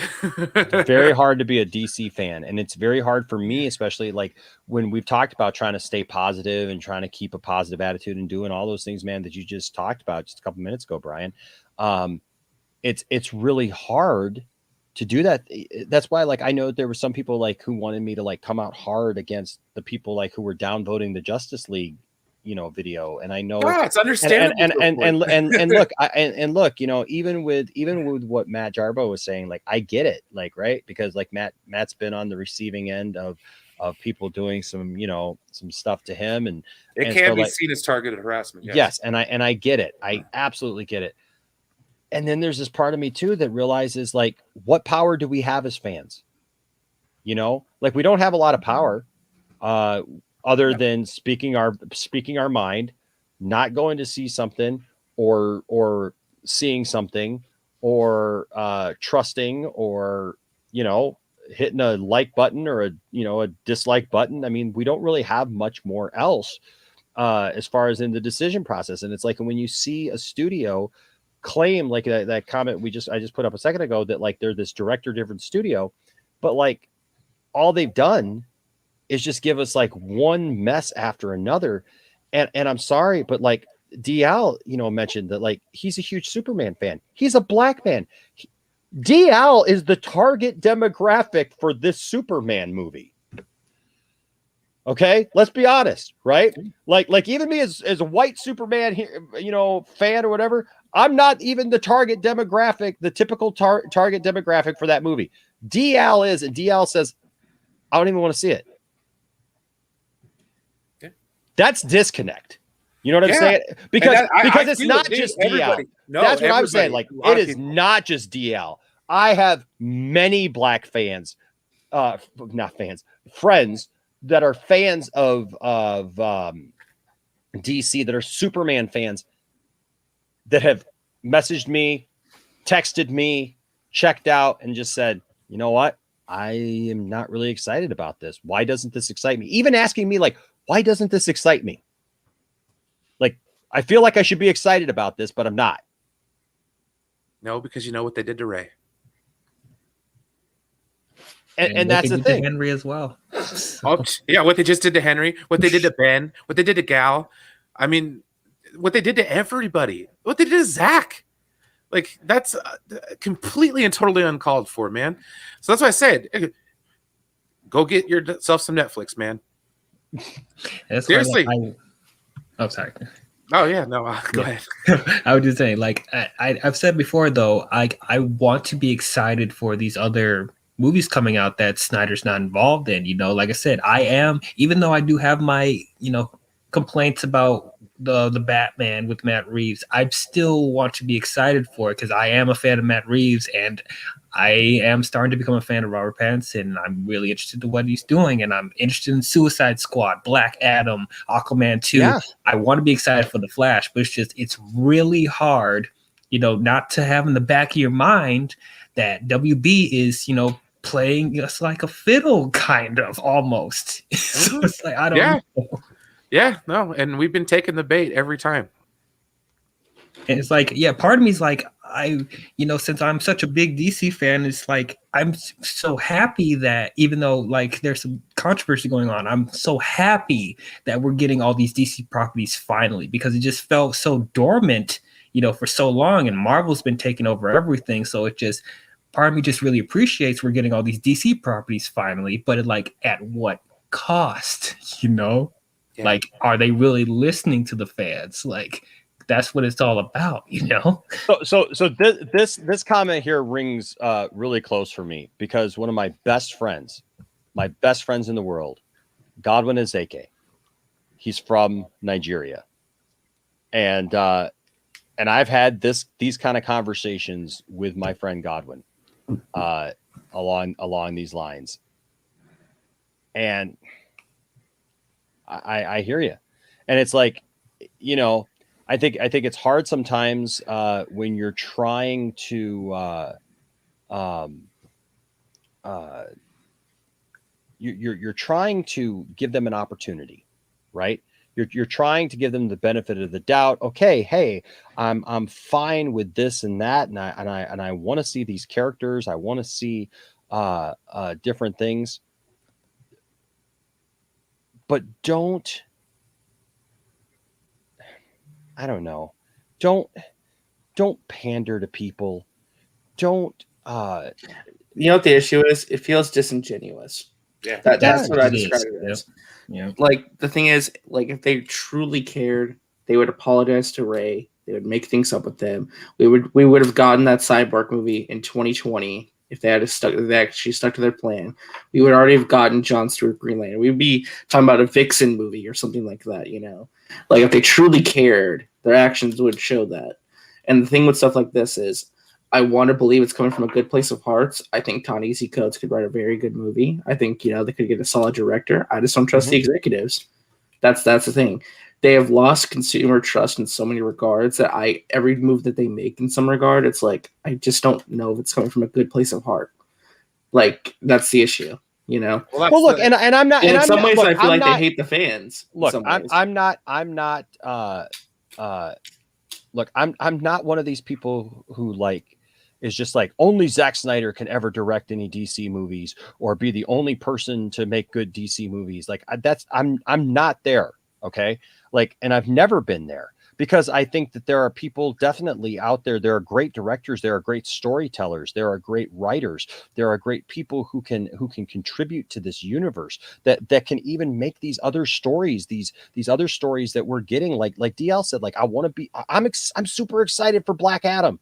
Okay. I'm excited for Shazam! Fury of the Gods. I'm excited for that, man, because I loved Shazam. Look, people can come at me all day about Shazam and try to, people have come at me about Shazam because I've openly said, I love Shazam. It's damn good. I think it's a great movie. I love that movie. Okay, it's a great movie as far as I'm concerned, and I think that it's sad that more people didn't go see it. But it did all right for what it was. I mean, especially with the budget that it was given. We're getting a sequel, so and so the thing is that I'm all for that. But it's like, and you know, like I said, I'm all for the Black Adam movie. I'm all for this Suicide Squad movie. I want to see what it is. Where I was just on the Kent Farm podcast with those guys the other morning from Australia, and yeah, Brian, the stream where were you here at the end, man? Where I just totally looked like I was dead. Were you here at the end of that? By the end of that stream? No, I don't think so. I It's can't been remember. a while since I've stayed the full length of a stream. Yeah, well, it was the stream where I had a reoccurrence of the Nicotina event. Oh, yeah, no, I heard about it though. I heard about it. Yes. So your Red Seas parted and let forth some. Yes. And much more forceful than that little popcorn fart that was on Nicotina's show. By the way, I should clip it. But here's the thing: is that I was dead tired, man, and I went on their stream and we were talking about this right here. And I just, you know, and they were asking me like what movies I was looking forward to. Like I'm even excited about the Suicide Squad movie. You know, they were asking me about the whole, you know, bag of dicks joke and everything like that. But you know what? That's a funny joke. That's funny to me because I got a buddy who would say that joke all the time, you know? And so like, when I heard that joke out of John Cena, even it took me back to a place that was personal for me. And so like, I thought it was funny. Plus it's got Harley Quinn in it, man. And anything, like I said, that Margot Robbie is in it, Harley Quinn, sign me up, man. I can't wait for Suicide Squad. I think it's got awesome. It's got what's her name still as Amanda Waller. It's Viola Davis. Yeah, Viola Davis, who's just amazing in that role. Oh my gosh, Idris Elba's in it. Thank God that they are not recasting her as Amanda Waller. And they didn't recast Deadshot either. They made Idris Elba's character a new character too. So absolutely, and Rick Flag came back too. Rick Flag came back, and Captain Boomerang. I'm a little concerned that Captain Boomerang is going to get out of that movie alive, but you know, yeah, I'm concerned about that. But we'll see. But you know, but the thing is, like, I'm not. I want people to hear me when I say, like, I'm not just on this kick of only Zack Snyder can do a movie or do a DC movie. I think that but don't have the characters act like they have amnesia. Right. When like you have the same actor playing the same character, but they don't know what happened in the movie before, that's a problem. Yeah. So I'm like, that's my only issue. It's like even when you change the actors, you don't take away their history. Well, Brian, like when Rhodey got changed. When Rhodey got changed to from Terrence Howard. Literally the first line when Don Cheadle came back was, "I'm here. Let's do this. Get over it." That was pretty much the first line. You know, so like Wonder Woman 84. It's like I don't fight with swords and shields. Oh my God! Amnesia. Brian, hold on. Here's the thing. When they do the Flash movie, they're going to reset the timeline to explain why they don't remember things. Good for them. Erase everything. Good for them. You go.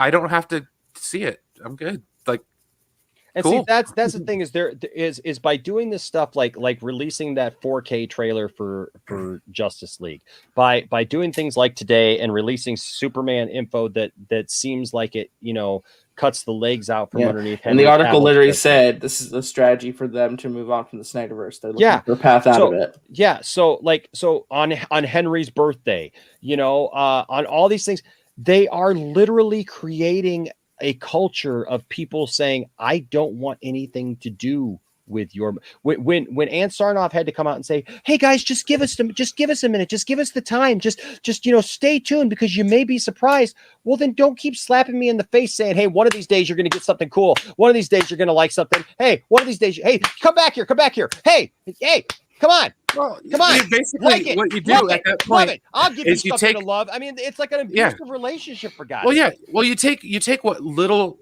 Okay, there's a lot of people that were on the fence about this movie. I mean, let's be honest. Okay, they didn't know if it was going to be good or not, and to be honest, they liked it. So basically, for 3 days or however long it was, those people got off the fence.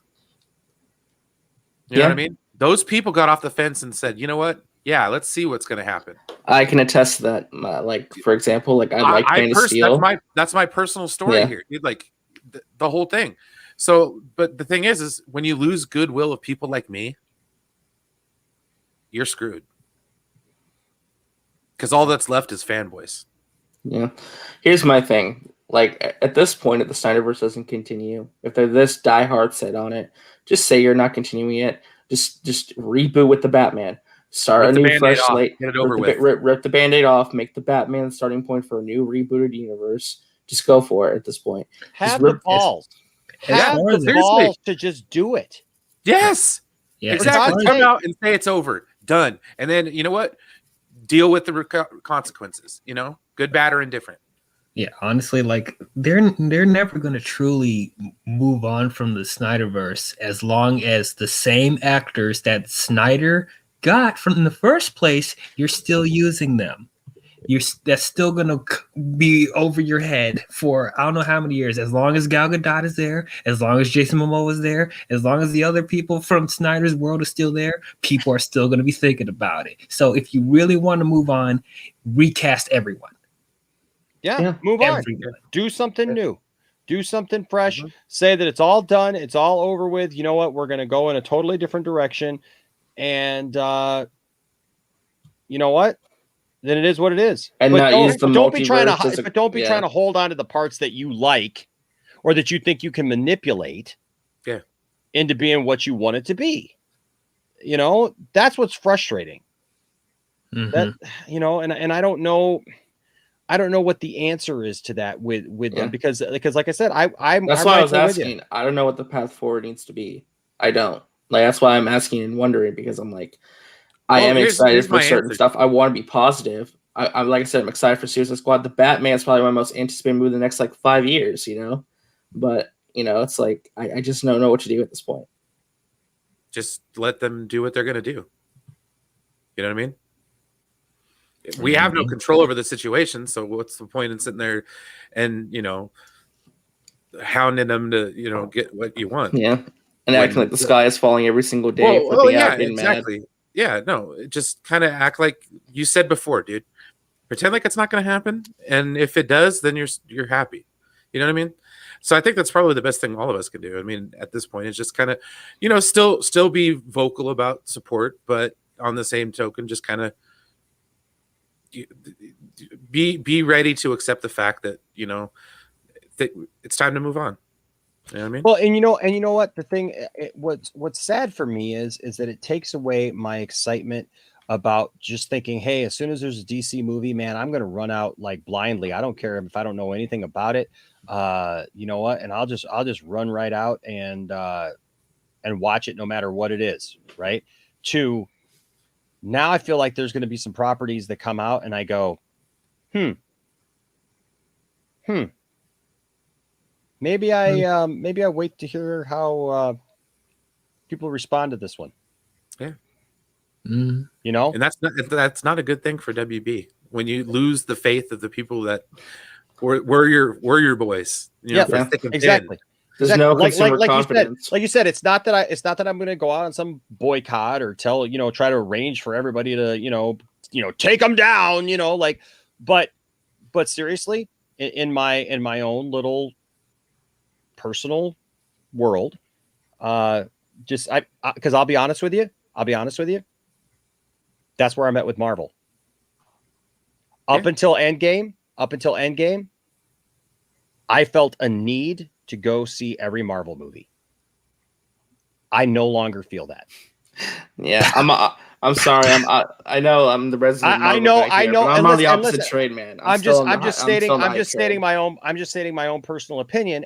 But I know. Listen, I know that there are still people who I absolutely, and I know. Look, they're firing it up again. I just did a video the other night about how Marvel basically showed up Warner Brothers the other day with just that little trailer. We did a whole scene by scene thing on it, right? And talked about how they literally showed up, Warner Brothers basically showing, hey, this is how you do it. This is how you get your friends or get your fans stirred up again and excited about the future for properties they probably don't even give a crap about right now or even know why they should care about it. But you get them all excited about it by showing them these best parts, man, of kung fu movies and crazy new things that they've never seen before and things that they have seen before and remembering them, getting them to remember, man. It's member berries, right? They've been doing this long enough now that they got member berries. So it's remember when this happened? Hey, remember the MCU? You liked it? Remember this? Come on back. I know it's been a couple years since we've had anything because we did this and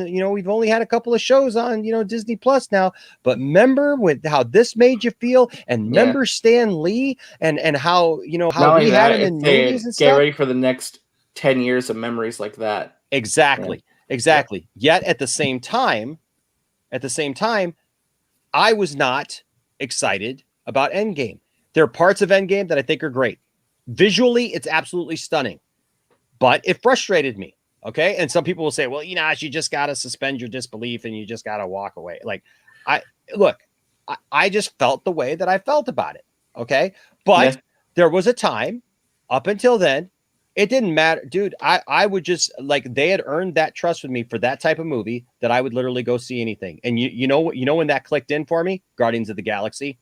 I mean, look, I went to go see Iron Man on a date with Tiffany just to go. Right. I mean, that's how long ago that was. I mean, Tiffany and I went and I loved Iron Man. Okay. Totally won me over. And I was like, holy crap, I love this. Right. Then I went from there and I started watching these, the other movies that came out. Thor. I had never been a big fan of Thor, didn't know much about Thor, but I went and saw the Thor movie and I was like, this is great. I love this. It pulled me in, and each new subsequent movie pulled me in a little bit more. Even if I had little issues here or there or didn't understand something because it was Marvel, I was fine. But you know what? I moved on and I was fine with it. There was enough in Endgame to me that just made me frustrated that I'll be honest with you, there's going to be a couple of things that come out that I go, I wonder what this person or that person thinks of it, Yeah. And in the meantime, like I said, I hate to say it, like with stuff like this, I've had this picture up here and I'm not saying that Zack Snyder has to make them all, but at this point I'm like, hey, let's put a GoFundMe together, man, raise a couple, $1 million and go out here and like, see what Zack can produce in his driveway, man. You know who's got plenty of wisdom for him? This man right here. What's up, William? Hey. William, you're muted. Oh shoot. Yeah, you're muted, bud. I do want to say one thing and then I gotta scoot. Oh, now you want to run. Yeah, right. Yeah. No defending championships tonight. I have to get really disputed champion. Right. But anyways, no, I'm going to give an analogy and then I'm going to run. So during the pandemic and the stalling of Marvel for the year and a half that we didn't get movie, DC had it. Like they were like, all right, they were on fire during. They were getting ready to pick it up, and then they did and everything. And then they did a Sanchez and butt fumbled at the goal line. Did you just say butt fumbled? Yes, that's exactly what he did. Yes, is that a term? Is that a term? Yeah, look up. Mark Sanchez created it. Mark Sanchez. Okay, I have never heard the term butt fumble before. Google it. I like it. Hilarious. Are you sure that I want to Google it? It's pretty funny. Do I want to do an image search for that though? It's as hilarious as it sounds. This fool literally fumbled the ball on the butt of the center and lost the ball against the Steelers on a Thanksgiving Day. Jets? The Jets? Yep. Yeah, the Jets. Jets and the Steelers. Yep. It was a play that will live in infamy for all the wrong reasons. But no, I think that's how I feel. Like they just fumbled the ball, like completely, but in the most hilariously insane way. And it's just like, oh man. So yeah, these guys, maybe they'll pick it up eventually, but for the time being, I'm happy with what Marvel's got coming out. They might not all be winners, but at least it's something. I have a lot more faith in them to tell a story than I do with the current regime at DC Warner Brothers. So like, yeah, at the end of the day, I feel like they have a big mountain to climb to try to get people back. They could do it. They could do it in 2 hours. They could do it in 2 hours. Yeah, literally. Make a good, decent movie. All they'd have to do is make a good. Just make some good personnel alignments. Very true. Fix every problem that DC currently has can be fixed with one meeting. There it is. That's what I said. The butt fumble. Okay. Oh no, it was New England. Was it New England? Oh, it was Detroit. It was Detroit. Oh wow. No, that's New England. That's the Pats. Is that the Pats? Was it? I thought it was the Steelers that day, but that was a while back. 4 or 5. Dude, they were going to AFC Championship games with that guy. Yeah.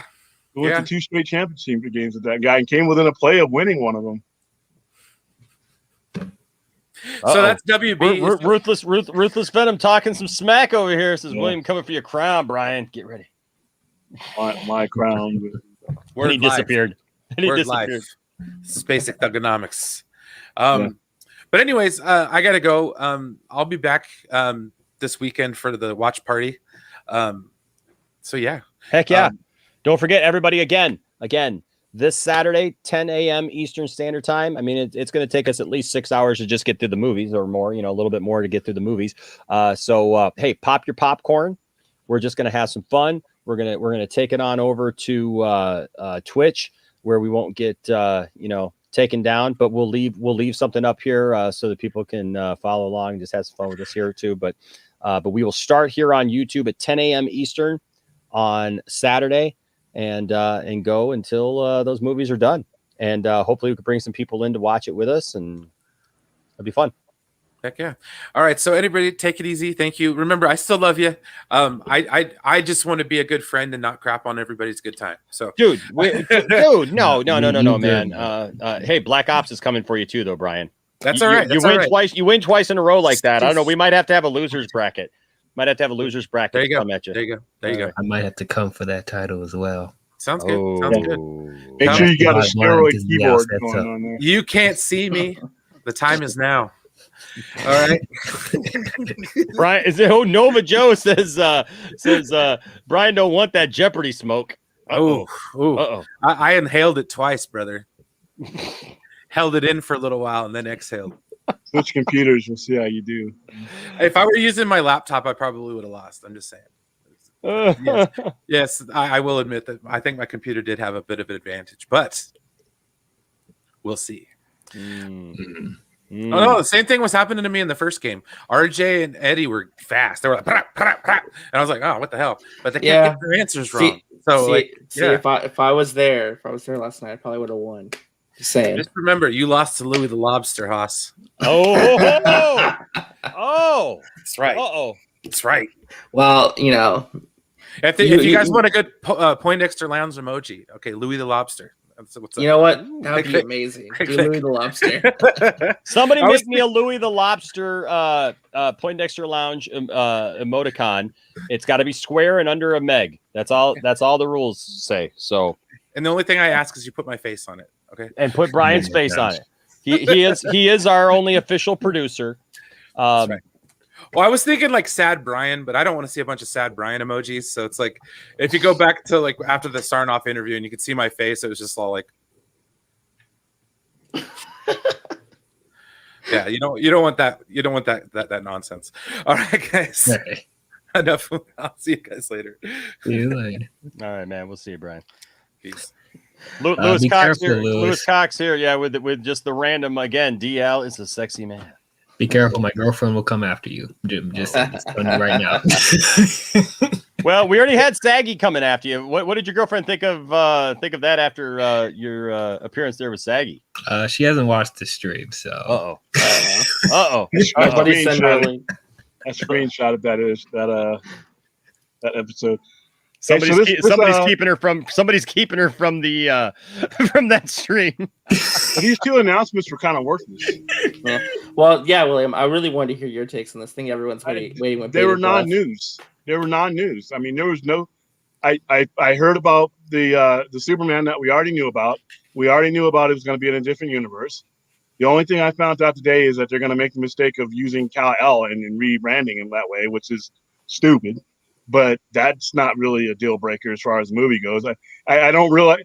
I think that's going to change. I think that really should change, and I hope it changes before the screenwriting's done, because they have everything in place to make that a really good movie. But I see no reason to go with to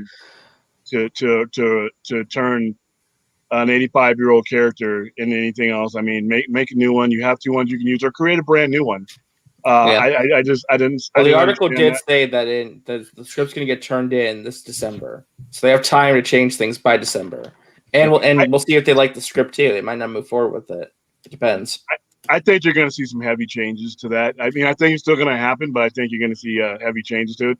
The other one with Emmerich, who cares that he's looking for a new job? It was like a dinner conversation too. Like, oh, his contract ends at the end of 2022, and they were like, "Hey, you want to go to Netflix?"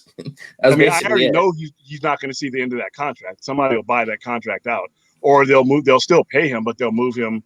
They'll transition somebody else in.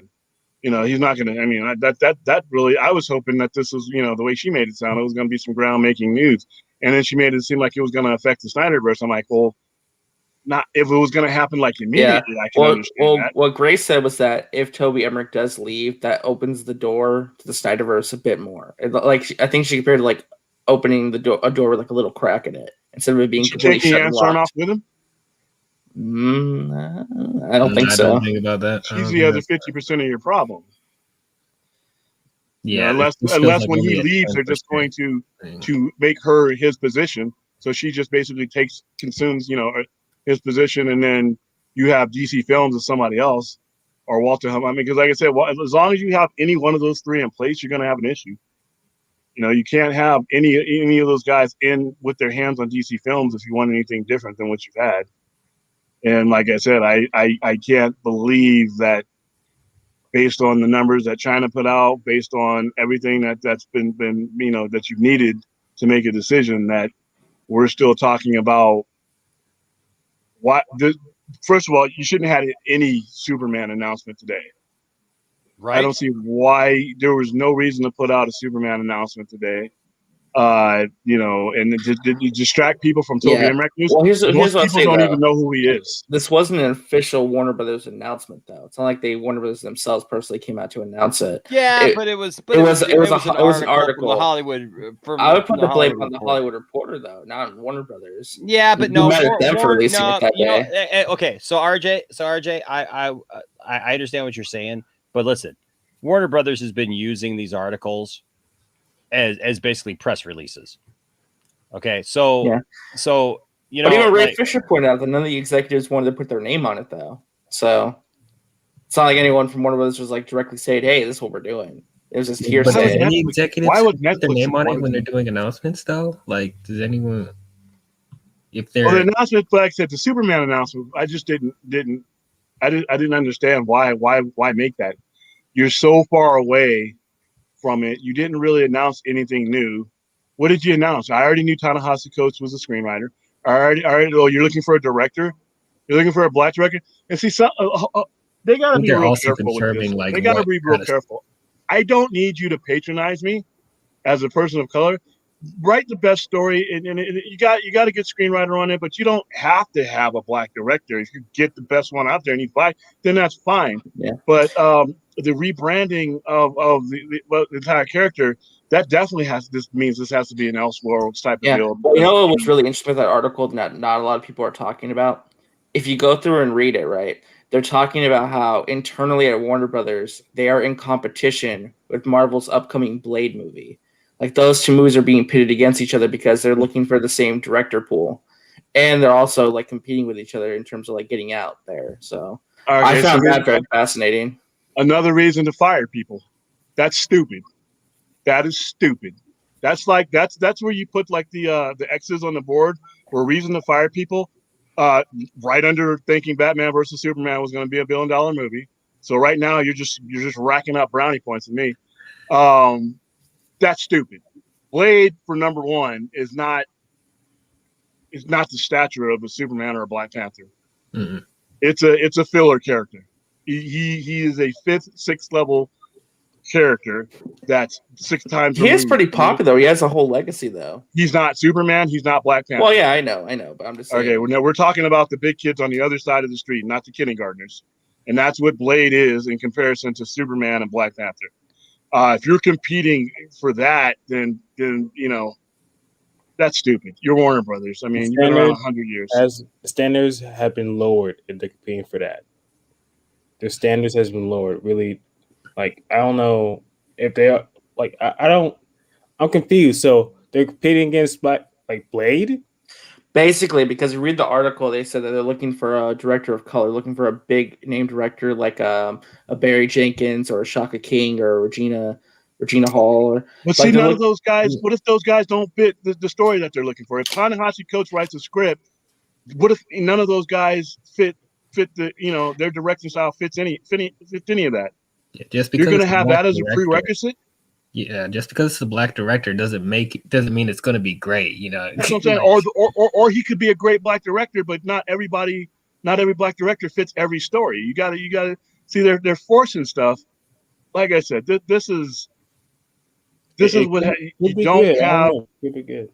You don't have the pulse of your IP. Yeah. Like I said, I just found it interesting that like Warner Brothers is competing with Marvel in terms of hiring a big director. Like they're looking at the same talent pool. And my thing is, I talked about this before. It's like, well, if I'm one of those directors, why would I not want to direct a big upcoming Marvel blockbuster that Marvel's hedging a lot of bets on, with Mahershala Ali at the helm as the star, who's an Oscar winner? That's a very lucrative looking project. I think a lot more of those big name directors are going to want to go to that project. Not necessarily. Superman's toilet paper is gonna get you more notoriety than Blade is. It's just not. You're talking about. It's not even close. You're talking about the same amount of money. You're talking about the same amount of profile, and you're talking about a movie in a Superman movie like that. That's probably gonna make a ton of money. To me, it's a toss up. It has nothing to do with what Marvel's doing. It has to be the right storyline. Any director that's credible shouldn't be looking at it in that manner, and anybody who's headhunting for a director shouldn't be looking at it in that manner. If that's what you're looking for as a director, I don't want you. And if that's what your criteria is as management, I don't want you either. All right, this is dumb all around. Yeah, like Blade, even though like that's like technically the first like modern superhero movie that was technically successful, it didn't blow up like that, Most people didn't even know that Blade was a comic book character until they ran into somebody. He's not a top tier character. And this Blade for Marvel is going to be shackled because he's going to be PG-13. It's not going to be rated. Yeah, well, here's the thing with that argument, though. You can do a lot more with a PG-13 rating than you could before. Like, as long as it's monsters, aliens, and robots, you can do whatever you want to them. Yeah, but it's a different tone of adventure, which is fine. They do stuff that fits in their universe, and that's fine. I don't have to see it. Blade is not at the top, and I love that actor. He's been in great stuff, but I'm not, he's sitting here waiting at the edge of my chair. Oh, Blade. Woo. No, I'm not, so. Yeah. I mean, I'm going to give it a chance. Like, I mean, I give it a chance on Disney Plus. Disney Plus. You think that's where it's going to end up? No, that's where I'm going to watch it. Oh, that's where you're going to watch it. Okay. I'm just not, I mean, unless something changes, I'm just not interested in it. I have zero interest in that. And I've learned my lesson of going to every Marvel movie just because they put it on the screen. I have a lot of money that I ain't getting back because of some of the direct films that I had conned in seeing, because I'm like, oh, I got to go see it. It's part of the story. So I'm not doing that anymore, especially with these two streaming platforms. If I'd have had Disney Plus while some of this mess that they put out was out, I would have saved a lot of money because I would have basically just waited. Real quick. I just want to clear something up. I'm not upset at anybody in the chat right now. Not even paying attention. I saw there's some conversation going. Look, there's a certain segment of people out there who will try to use anything that they see here at the lounge as some kind of ammunition, as whatever. So I just want to make sure that if we're talking about people, I'm not upset at any of you guys out there just talking like that. That's fine, and I get it. You guys aren't annoying me. I was just checking in to see who you guys were talking about. Because I'm also sensitive to that, like with my wife or whatever. I just want to make sure that everybody is being respectful, not just of women, but of women and whoever else in there. So don't take it personally that I just that I mentioned. All right, that. John, Zach, why am I being stupid? Anybody can just randomly type at it. I just want to know why. Yeah, I gave that person a warning. So yeah. No, I don't mind saying, but why? Why am I being stupid? I want to hear the context of what he was thinking. And is he out? Or okay. Yeah, I don't know. Yeah, he's pretty. I don't know. I think I don't even know what's going on in the chat. I don't know who. No, they were talking about Anna, that Star Wars girl, is what it was. They were talking about Anna, that Star Wars girl, okay. And and so look, but it wasn't just talk about her, and like I get it. People like her. People think she's attractive. I just wanted to make sure that we weren't going down another path. So I was I was checking that out while William was giving us his wisdom. That I don't see how William was being stupid, man. William he's can hold literally his own. called. He's literally called William the Wise here. Yeah, okay? I wouldn't pick that fight if I were you. I mean, he can't win at Jeopardy. He can't win at Jeopardy, but he's stolen from me. My glory was robbed me of my glory. Yeah, I should have came on there as Beta Ray build. Well, that was the wrong answer. That wasn't the answer we were looking for. Right answer, man. That wasn't the answer we were looking for at that time. Sorry, buddy. But none of this stuff. None of this really made. Like I said, I went to bed last night hoping I was going to wake up to a realignment, and I got this.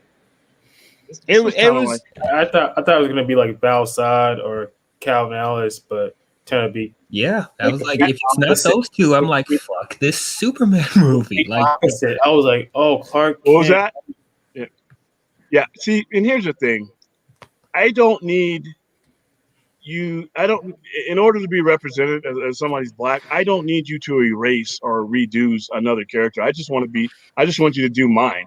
No, I just want the representation. I don't know why you would because Superman. I want to tell us a black Superman's story alongside or in contrast to what Superman has meant to the country over 85 years.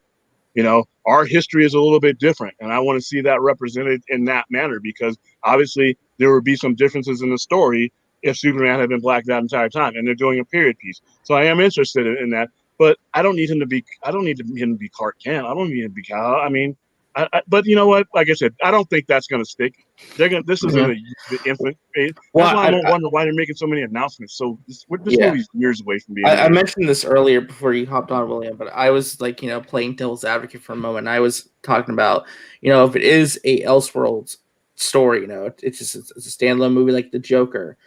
I think the idea of doing the Clark Kent storyline similar to Red Sun in a way, where instead of like landing in Kansas, he landed in Russia, right? Like, what if you do a story where it's a black Superman, it's a black Kal-El, and he lands, because he said, 20th century period piece, he lands in, like, let's say the 1950s or the 1960s. You could probably tell a very interesting story if it's well written enough, They could tell that story without making him Kal-El.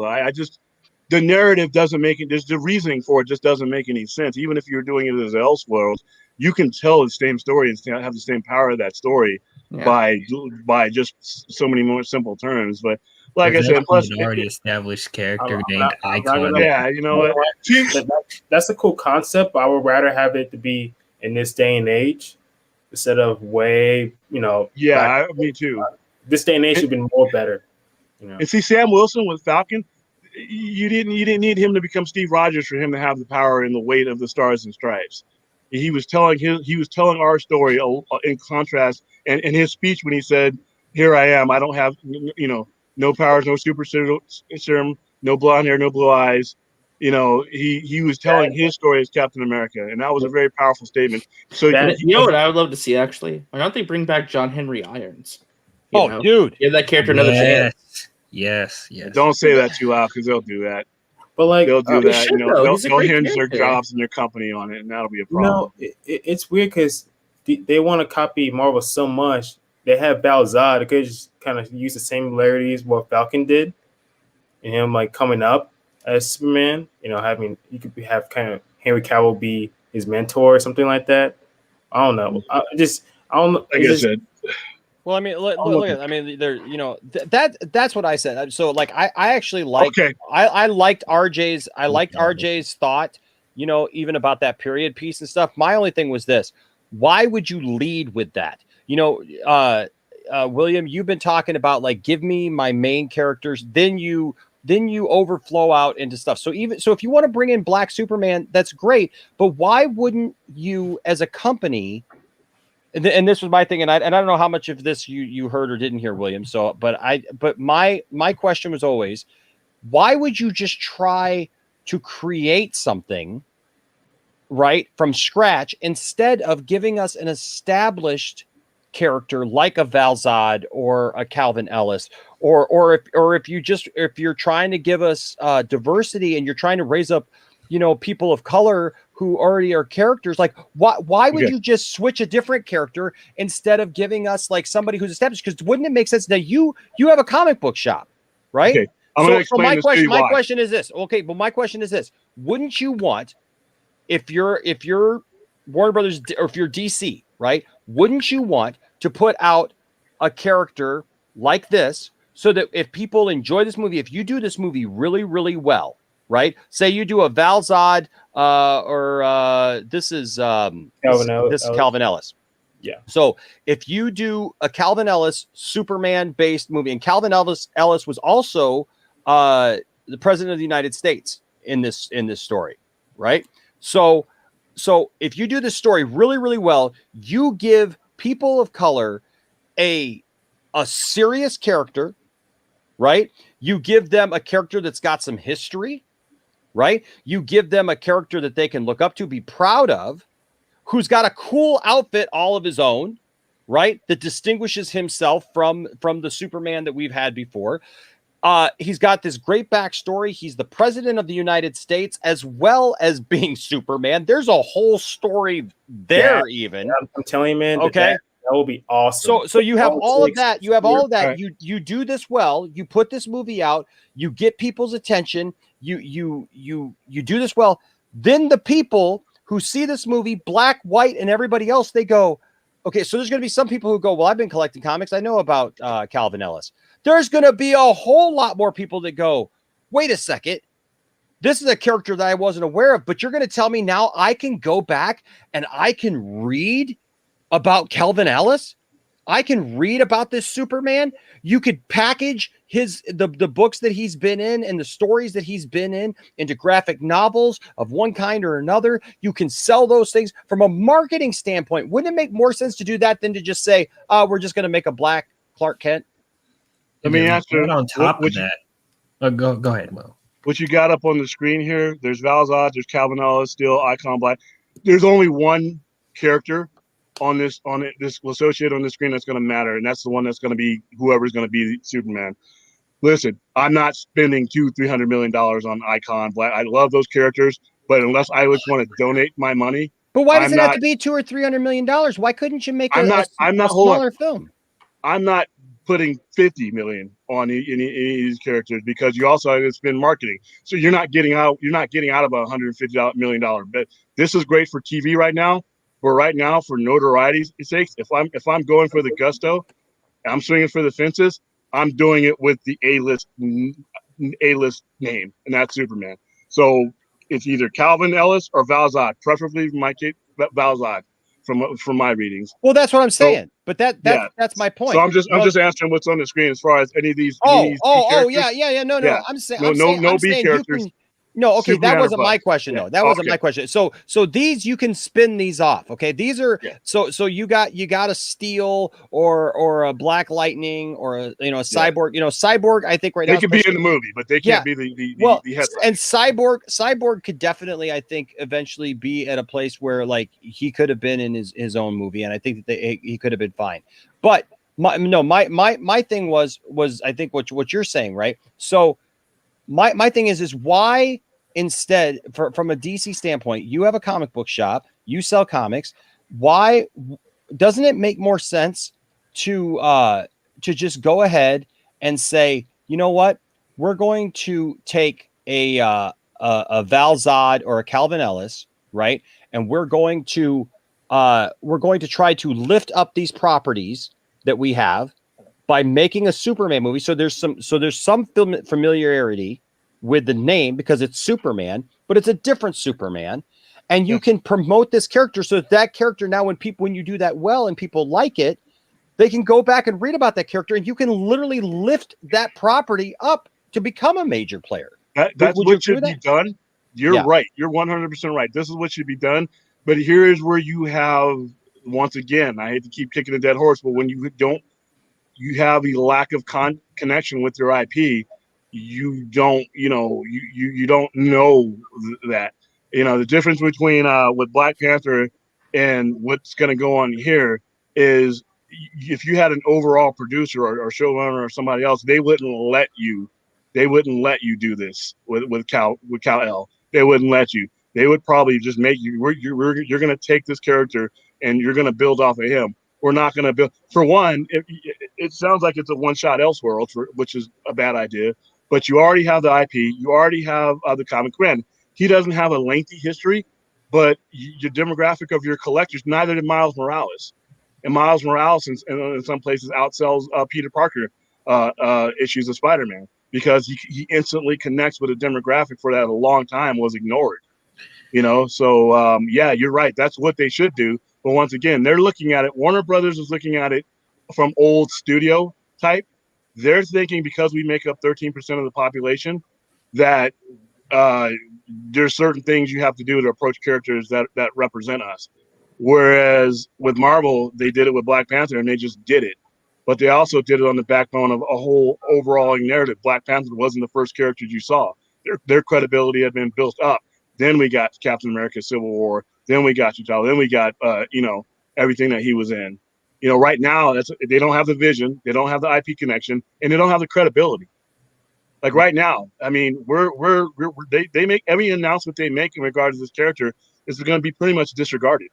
It's going to be disregarded as something that's probably not going to happen, probably not going to come to fruition, or something that they don't seem to have a connection with the audience that they're heading towards. There's a lot. This could be $1 billion movie if this is done right and this is handled right and this is marketed right. But I have no faith in that any of those things are going to happen with them because of their track record. So Lewis Cox here with a £2 super chat. Thank you, Lewis. Says give us a Steel movie reboot. Come on, WB. I would love to see a Steel shoot off from a Superman story or whatever. I think that'd be cool because I love the connection that Steel has with Superman, being inspired by Superman, whatnot. Now here's another angle, and thank you so much, Lewis, for the super chat. Here's another angle. Could this be that the Hollywood Reporter simply just left a hyphen in there, and it's actually Calvin Ellis? I hope that's the case. I really okay. do. Then somebody from DC's PR needs to jump up and make that correction. You don't let that kind of perception. Yeah. If that's not the perception, the problem is though they won't can't let it comment go. on it because it's a movie that's not been officially announced or officially they don't want to talk about it yet. They're not ready to discuss it. So Darn it. So here we're going to have another movie that if it's not handled right, a good portion of the people who can make this $1 billion property are not going to care. And it's a shame because if they are going to go with Calvin Ellis, I feel like this will speak to, the Black demographic, similar to what Black Panther did when that came out, because not a lot of people knew about the Black Panther comic books, in the Black community. People were just going to see it because, this is a Black superhero film and it's being treated seriously. It's got a big budget. It's in the Marvel Cinematic Universe. We're going to watch it. You have this Superman who's the president of the United States. we don't have movies like that. On top of being a superhero and being president of the United States, that would do so much for the Black community. I can see it. Well, I put CM Punk. This is from my things earlier, because what I was saying is that in my video earlier I said, on Henry Cavill's birthday they released this information. No, Henry Cavill is not the CM Punk of the DC universe, where it's CM Punk, the day that he got married was when WWE sent him his firing papers, basically his pink slip, in the mail and said, "You're fired," on the day of your wedding, and then tried to sit back and go, "Oh, whoops, we didn't realize that shouldn't have happened." Just like they just sent Mickey James her all of her stuff in a trash bag, and stuff. And it's we didn't know. So this picture I just happened to leave in here. Yeah, and they fired the guy that did that.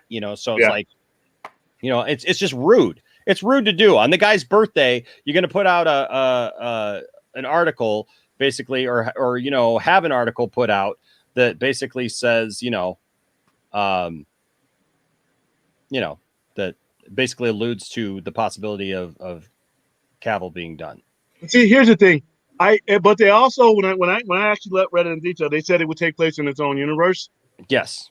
So that's fine. Cavill's, listen, dude, I will bet Cavill's not done with Superman. He's not done with Superman.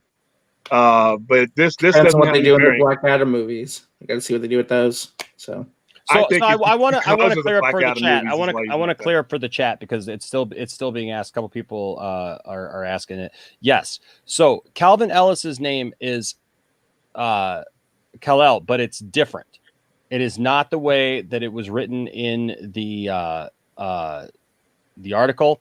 There's a difference between this spelling of Kal-El, just spelling it Kalel, or like my son's middle name, for example, is Jor-El, but I didn't hyphenate it. I should have, but I didn't, because I just didn't want him to take any flack or whatever.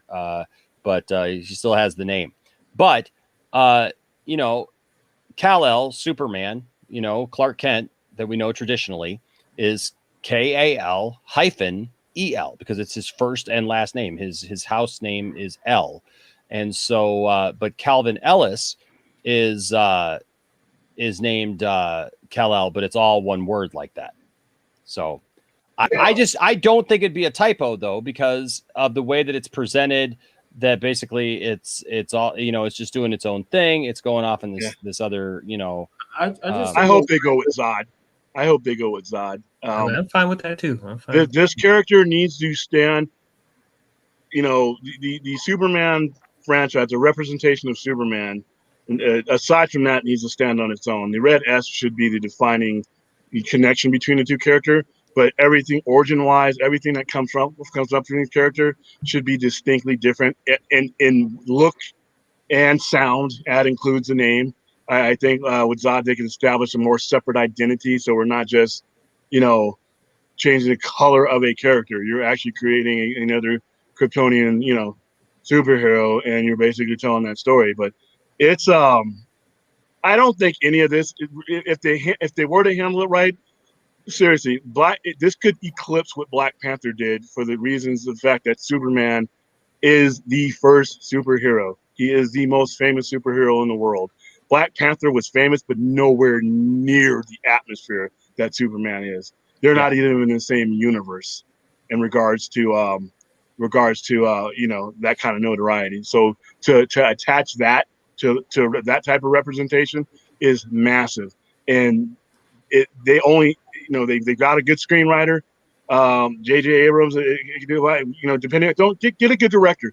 Get a director that can tell an epic story. If you told me that Denny Villeneuve was telling, and that fit the script that Tanahadi coach wrote, then I'm fine with that.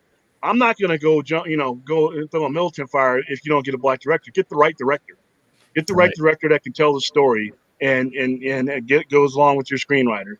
You know, your screenwriter will let you know that, you know what, this isn't representative of my screenplay, and then we go from there. I just don't understand why they're making it as a period piece instead of having it in the present. You know, I don't know why they're making it. I think it's you because, know what? Without knowing the story, I'm not even against that necessarily, because you could put that period piece in an alternate universe. Say we're telling it through the civil rights era. Yeah. That's Well, Joker did the same story. thing. Joker was set during the 80s. So yeah. So without knowing the context of it, that to me is not, I just don't think you lead with that. Like that, I don't know. I feel like that's not how you want to lead with this character or any of these characters. Is to just make one up and do a period piece like an Elseworlds thing, where you have an opportunity here. Like, this is an amazing opportunity to launch a character. Like, and instead, you know, I mean, like I said, it'd be like launching the character of the Joker, but yet not having the benefit of the Jokers that came before, but doing the Joker movie, which is not really comic accurate. It's not really the Joker. It's a Joker story. It's an Elseworld, but it is what it is. Or like we talked about earlier, it'd be like saying, hey, we're not going to do Black Panther, but we're going to turn Tony Stark in and make him. I don't black. think if the period piece hurts it though, because if he's Kryptonian, he can be alive now, and he wouldn't age up. You could tell, you know. A story I don't have a problem with the period piece necessarily. Yeah, Just the but fact that they're bad, they're not doing anything with Henry. If we're thinking that he's not done with being the character, then why don't they do anything with him? Like, if they really want him back, why does this let him sit? He's back. Yeah. He's just not been announced. Everything that what Henry Cavill does, because it's hinged on what Black Adams happens. Right now, what does he have to lose? If Danny Garcia, who is both of their agents, Their careers are tied through her and through each other. So everything that we're going to see through Henry Cavill is going to go through Black Adam. And it's best that way because that movie's going to have a lot more leverage than Zack Snyder ever had, unfortunately. Once anything that Cavill's done is filtered through what The Rock is doing, he can't be touched. It can be meddled with now. Would you rather have a bunch of half-assed stories where, oh, we're going to use them here, we're going to use them here, or it got canceled? Or would you rather have anything that Cavill does attached to what The Rock is doing so that A, you know it's going to happen, and B, you know it can't be touched? So you're probably not going to hear about a Cavill announcement until you get closer to Black Adam. You know what we haven't even talked about in that article too, by the way? At the very end, it said that J.J. Abrams will have the largest footprint of influence on the DC movie franchise going forward. They basically said he's going to be in a large part helming a lot of stuff with that, with Justice League Dark and Superman being like big franchises for them going forward. I mean, it makes sense why they paid $500 million to get Bad Robot now, because I think they want JJ to be their next Shepherd. So, yeah. I mean, that's fine, but just like. But that doesn't mean you're not doing anything with Cavill, though. You have several platforms. Oh, I know. I'm just saying it's Honestly, something interesting to think about. You know? Yeah, honestly, He might make a cameo on Shazam, probably. Shazam 2. Yeah. Maybe Cavill may do that. I don't know. Yeah, but if I'm The Rock, I say no to that. Hell no. why not? Hell no. Don't go be listening to somebody else's movie. He already did in the first Shazam. And then it's like, isn't Shazam part of the Black Adam world too? That was dumb. If you don't bring your A-man down to these B-level madness. And if I'm The Rock and I'm going to have him in my movie and I'm going to face off against him, I want A-list. If that's the case, I don't think then he's not going to face off him in his first movie. I don't think so. Oh, he's going to. Yeah, that's going to happen. I don't think his first movie. No, I don't. Think Not in so. his first movie. It's not. No. Then it'll be like I think Cavill's gonna like someone like be in there in Shazam 2, but when Shazam 3 hits, then they're gonna all fight. You won't face off in Black Adam? In his first movie, no. Not with Superman. What's this? 11/58/55. Screenshot that. Screenshot Okay, that. all right. If there's money, trust me, there's no way in hell that's not happening, dude. There's in no the first movie, though. Listen, Yes. I'm not saying it's not. I'm not saying it's not going to happen, but it ain't going to. No, because it can't even happen, William. Why? Because of when the time period is that the movie's set. The movie doesn't exclusively have to take place all in one time. Black Adam's immortal. How do we know parts of this movie don't take place across the board? We don't. Well, because William, they actually say that this movie is this movie is going to incorporate the Justice Society of America. This movie is going to be, but hold on, but this movie is going to be set during a specific period piece. That's why all of it does not have to be though. Yeah, but no, Not it's going to be. It's going to be. They're not going to bring the entire Justice Society into it and make them a pivotal point of the entire movie for them to not be in the climax of that movie. You'd have to literally have a whole movie and then try to set up why he's even fighting Superman. He's not going to fight Superman in that first movie, dude. I'm totally with you. I'm totally with you that Superman and Black Adam will clash because The Rock wants that. But this is The Rock's baby. This first movie is The Rock establishing Black Adam as that superpower that can. No, I disagree with you, man. I love you. You know I love you, but I think Superman might be a cameo in the post-credit scene. I don't see them. I don't see them going all out for that first movie. Say that for a sequel. Yeah, it's the same reason why Shazam didn't feature Black Adam. No, but because they're building up to it. In Shazam. Yeah. They hinted at he him. produced it. He produced it. He produced it. It was a deleted. What? It was a deleted scene. Hold on a second. Let me answer his question. The Rock produced Shazam. The Rock is very much involved with Shazam and got Shazam going first because The Rock wanted Shazam to be established so that when he did his Black Adam movie, that it was part of the same universe. That's why the Black Adam that you see as the champion, they don't mention Black Adam, but they mention the champion that was originally picked, looks just like The Rock, is basically The Rock in that scene in Shazam, because it's setting up the fact that in Shazam 2, it's Fury of the Gods. It's a different story, but in Shazam 3, they've already laid this all out. They've talked about how this... Was Cavill under contract at the time?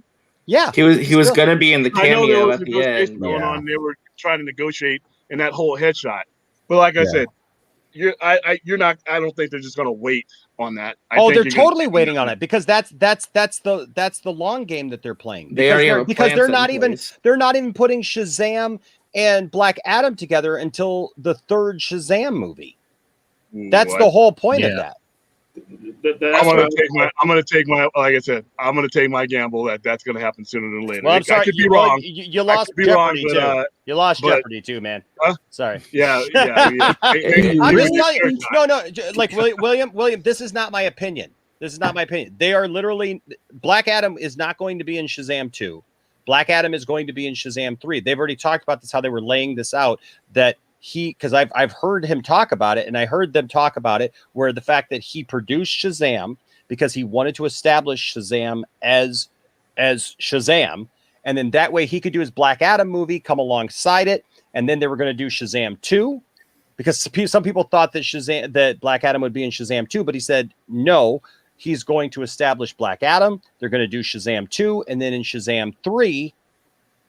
At least the two of them are going to come together, and what the feeling is that it will be that movie that if Henry Cavill or Superman in some capacity is going to be a part of that fight or that clash, that it will be set in present day time with Black Adam claiming, because that's the whole deleted scene where they come in and there's 6 the thrones. There's 6 thrones, and they say there's room for one more. And even what's her name makes the little girl makes the joke and says, "Oh, well, like whoever it's going to be, like we'll love him just the same and stuff." And we all know that it's going to be Black Adam, who is this anti-hero who, like, at first is going to be kind of set up as this, this force to be reckoned with, but he'll fight, then they'll eventually establish that. I still think, but still, you don't B-list Superman if you're going to have him in your movie.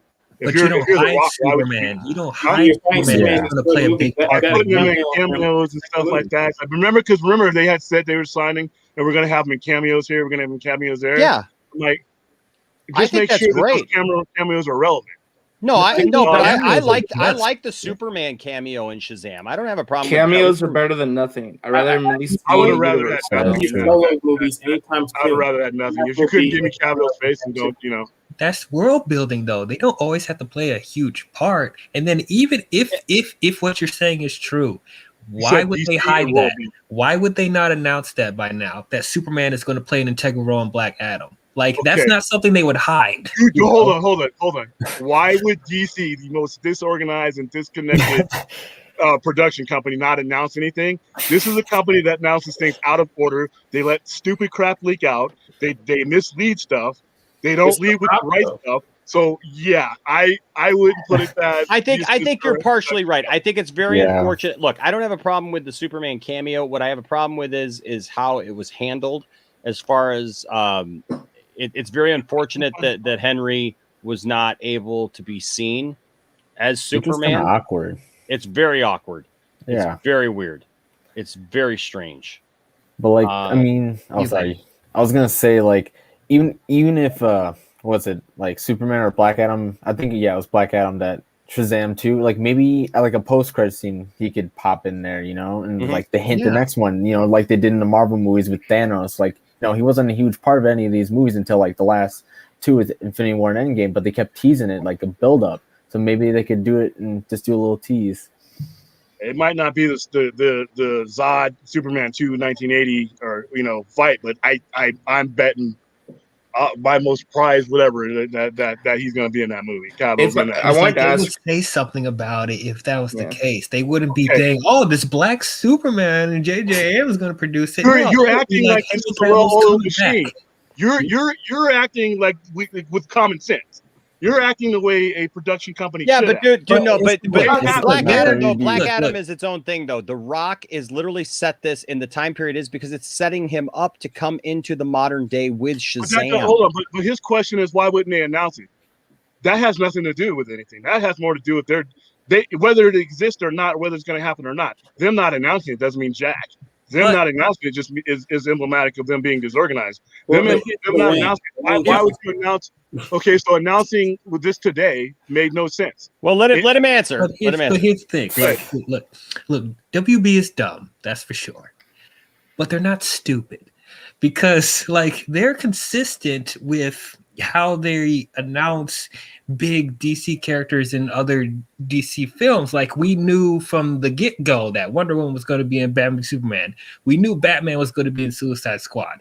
This, that, and the other. So regardless of how they introduce stuff behind the scenes or like announcements, they don't hide the fact that, oh, these big DC characters are going to be in these films. They're always consistent with that. Like, yes, they're making some weird decisions now, but it's like there's no reason for them to hide it, considering the fact that Henry Cavill's Superman is like a huge integral part of DC right now.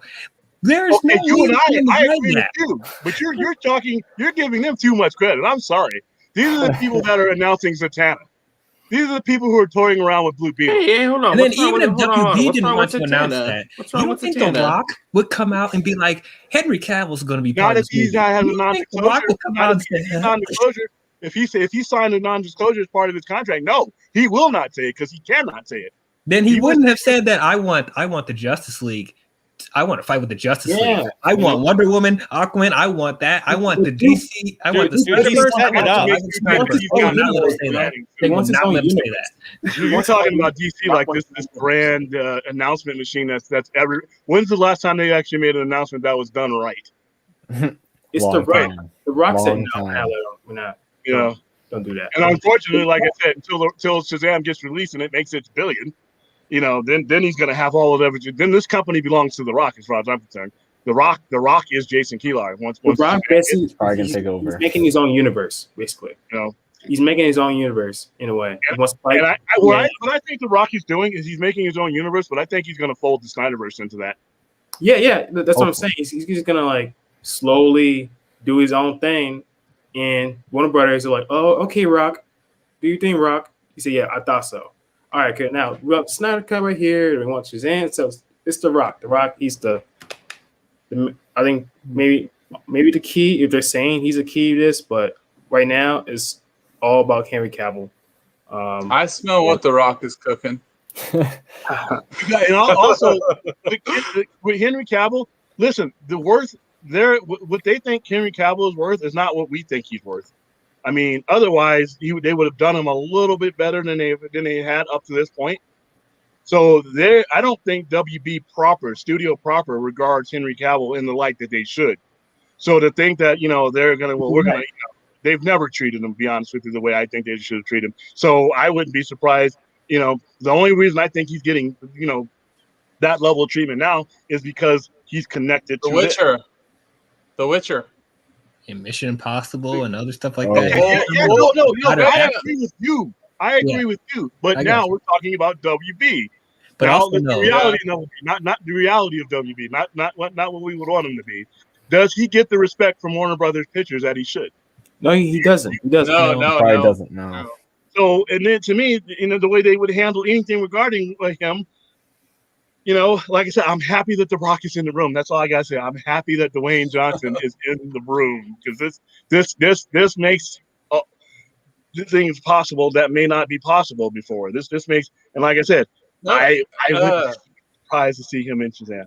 Yeah, honestly, at the end of the day, I hope you're right. Like, if he does play a big part in Black Adam, I would freak the fuck out. But just like he said,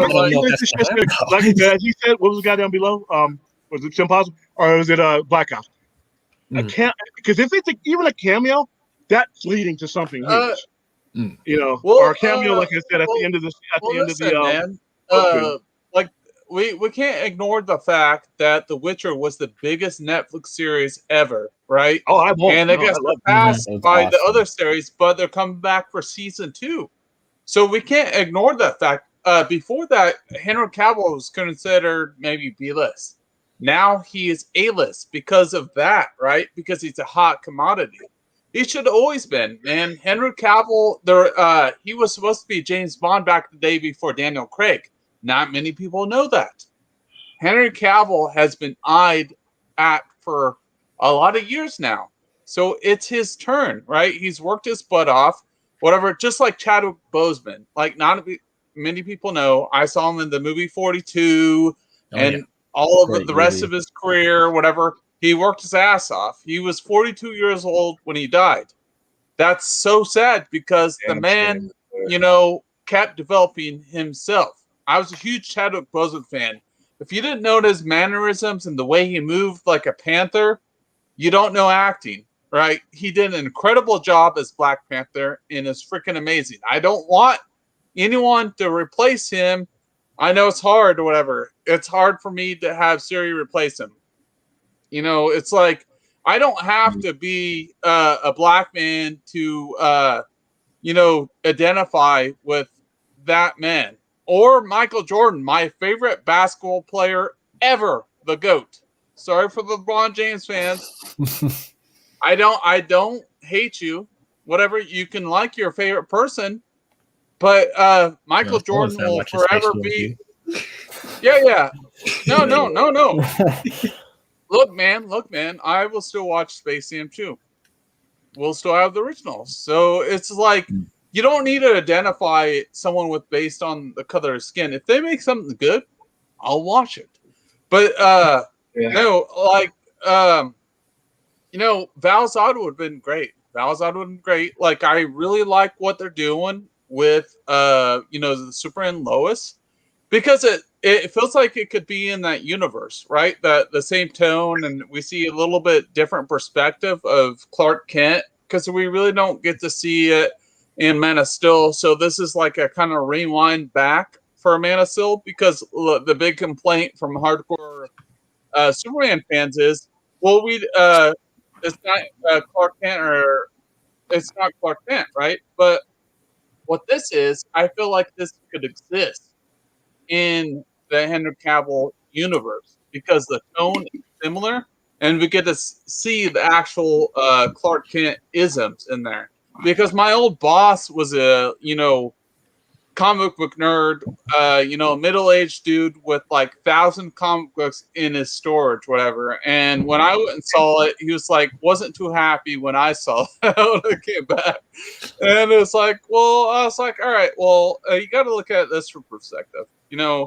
Superman was only Superman for 48 hours, like for 2 days. He wasn't Superman the whole time. And it was an updated version. Right, it was a more updated version on how dark the world really is, because people hate you for no matter what your skin color. Just if you're an alien, if you're like superpower being and you're cool, people will hate you for no matter what. It's reality. Like if you're cool for unknown reason they don't understand, they're gonna hate you. I've dealt with it in my micro aspect of my life. Like, here's the thing, though. With all due respect, when you're telling a story like this, when you're talking about relatable characters, given the lens that somebody like me has lived their life through, that can only be told a certain way. And there's a reason why, like for this movie, they have that particular screenwriter, because that's a point that they're making. That is it. That is as much part of this character's identity than is anything else. So I think that is a significant part of it. And depending on what period you put a Black Superman, given our country's history, it's not just going to be because he's an alien and he has powers, because they fell in love with another one that didn't look like him. So there's a lot there that will be part of his identity that they picked the particular person to address. Like I said, you don't pick Ta-Nehisi Coates if you're not going to address certain aspects of this Superman. If you're anybody who's familiar with his writing, both on Captain America and Black Panther, you'll understand that. So, but like I said, I think it's a go ahead now. Oh no. Well, I mean, just wanted to chime in there. I was man. No. I like you, William. I like your. No, I like when you come on. You give really good perspective. We're all, we all have different perspectives and truth and stuff like that. I think I bring a unique perspective because I'm part Native American, my family ancestors, and, you might not want to believe it or whatever, but like I find this, I'm in this middle world ground of not being native enough, right? And I'm sure other people experience that, not being black enough or anything other, and I deal with it off and on, and I have my ancestors. We own some land in Montana. We own we're Sioux Indian, spelled Siux or whatever, based in Montana, and it's like we're hardly ever represented. But like, thing is, you do bring up some really good points, but story should always be first. I think we can all agree on that. Story should be first. I agree. What I feel on this is my point. What I feel on this whole situation is, and I'm not sacrilegious on this. I'm on a horror stream, so I'm very open-minded, and I love coming to this channel, Point Extra Lounge, and I feel comfortable talking to you guys all. You guys are all incredibly awesome. But like, the thing was, it's just like, it's like, why can't they do on Henry Cavill's birthday? And, there's awesome characters like Val Zod. Why would they do this at this specific point in time? Right. So that's where I'm divisive about it, man. It's just like, I'm a hardcore comic book fan and, anime fan. Dragon Ball Z rules for anyone watching out there. And so, it's just I'm gonna watch this because I'm a DC fan, verbatim. Like, if it's good, I'm gonna watch it. But what they did was wrong is it was on Henry Cavill's birthday, and the SnyderVerse. We know all the drama going on with it. How can you not be hurt by that? It's not disorganized. They don't view this. They don't view it through our eyes. They just don't. The thing was, I feel like they use color as like a like a trope, like I agree. hide it That away I agree with. from the. That I agree with. Yeah. And that's unfortunate. So, that's unfortunate, But yeah, they did use that as a gimmick today. I like it being used as a story arc. I'm looking forward to the story. But yeah, I think today yesterday it was used as a gimmick, and that's just the way they do things. They just don't seem to have they don't seem to read the room ever. Will, can I call you Will or William or William? Please, William. Yeah. All right, William. Yeah. No. My thing was never to come on to start some crap. I believe in having productive conversations. I don't believe in name calling or anything like that. That's just not productive. Same here. I'm a Christian myself, as like Point Extra Lounge, and you should be able to have a conversation with people, and you shouldn't be able to, like, every other word, it's just not productive when all you have to do is call people names, right? You should be able to sit down with your fellow human being and say something and like talk about your passion. And that's, Enosh, thank you for letting me come on here. This is awesome, Tim. Man. Yeah, Tim. I always like having you on, buddy. To be honest, man, when I read when they said Kal-El, my head nearly exploded. I was like, oh my gosh. Same here. I went back to sleep. I'm like, okay, well, I mean, in the same amount of disgust that your head exploded in, mine was like, yeah, you know what, you son of a. Yeah, it was like, so disappointing. No, I'm interested in seeing what they're gonna do. You know what I mean? I am too, but it's just the fact that, like, we keep going back to this, the fact that they just are just overlooking Cavill, and just doesn't feel genuine. It feels like they're just pandering and tokenism. So that's why, like, for me, that's the word I was I don't know if I can be excited about this. He's worked hard all his life, man. Like, he was eyed for James Bond, and Daniel Craig won over him. Like, this is. Do you guys think that maybe Henry Cavill, like, if he's done as Superman, he can go back to James Bond when Daniel Craig's over? Yep. Yeah. I hope Would we you get guys like age that? for it? Would you guys He's the like perfect that? age for it. He could do 10 years, 10, 15 years as Look. Daniel Craig's in his mid 50s. So You know what my concern is? What my concern is Warner Brothers is going to screw this up. Like they're gonna They're very good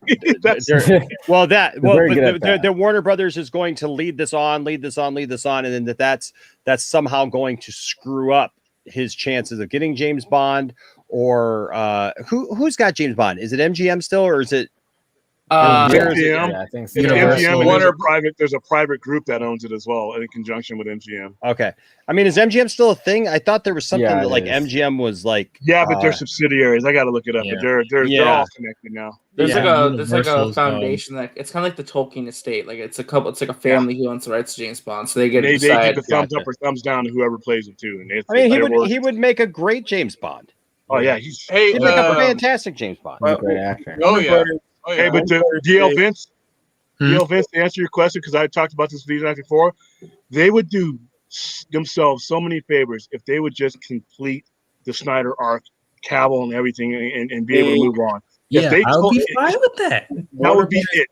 They keep jumping over the fence, even though you could have went through the door. Dude, like, you don't need to jump over here, bro. Let's go through here.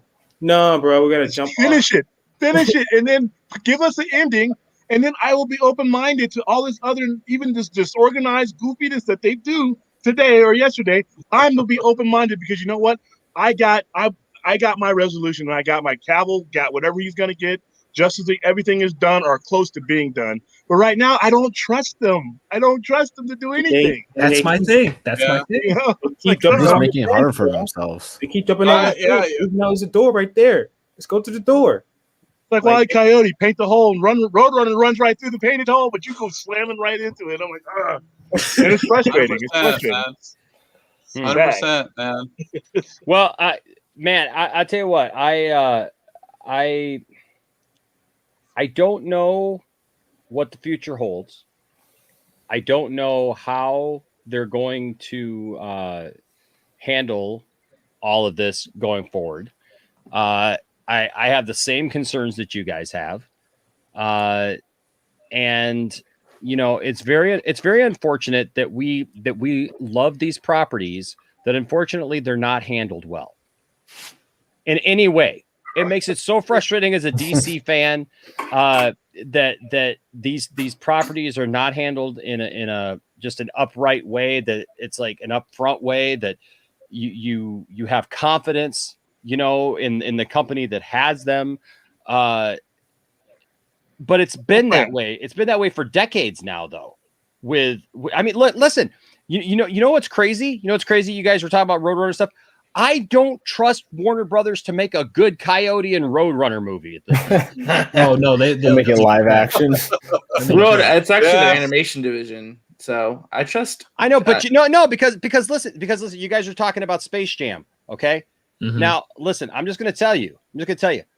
Name me a Warner Brothers cartoon, like the classic Looney Tunes, okay, that has come out that has been handled well in the last 2 decades. Who Framed Roger Rabbit? Even though that wasn't Warner Brothers, though. That was a long time ago too. That was like that was more than 2 decades ago too. That was 30 years ago, like way longer than like. Wait, so are you talking about like theatrically or just like overall? Overall.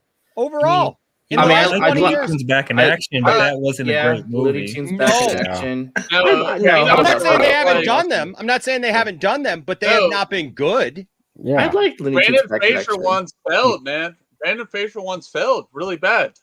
Yeah, they have not done well at all. I mean, look, we may like different things, okay? And like, I know if I went around the room, somebody might say, you know, like if he says Looney Tunes Back in Action, right? But well, there was the Looney Tunes show. Somebody, that was good. Yeah, I like that. Okay, but here's the thing, though. Overall, is it still around?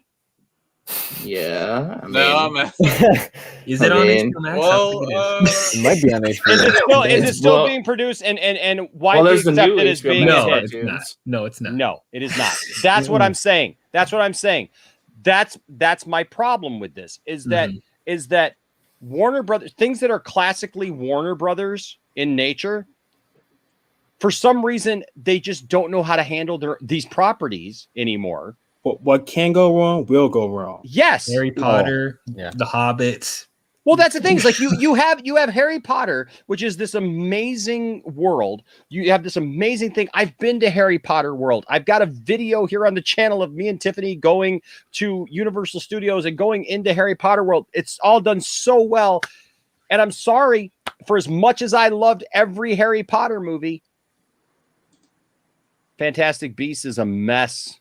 Well, not even Harry Potter fans like. I like those. I know, movies, but the writing is a mess. I agree. It's just I agree. Stella, you win. Always Stella, you win. I miss Tiny Toon Adventures. That was the last that was good. new fresh property that they did of those cartoons that seems to have been done well. They brought back Animaniacs on Hulu, and that was great. There'll always be. I saw that. There'll always be a black cat running around Warner Brothers until they fix their stuff.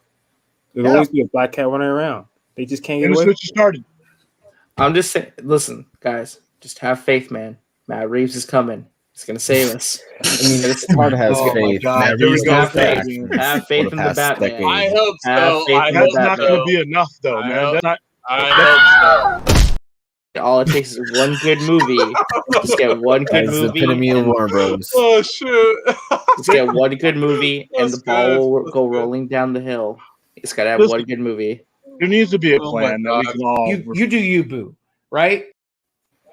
Yeah, there's just escape Black Cat. Yeah, what happened to those Hobbit films, bro? Those are trash. What you doing, Warner Bros? That all came out of nowhere. It's like, where was he in the books? Drugs.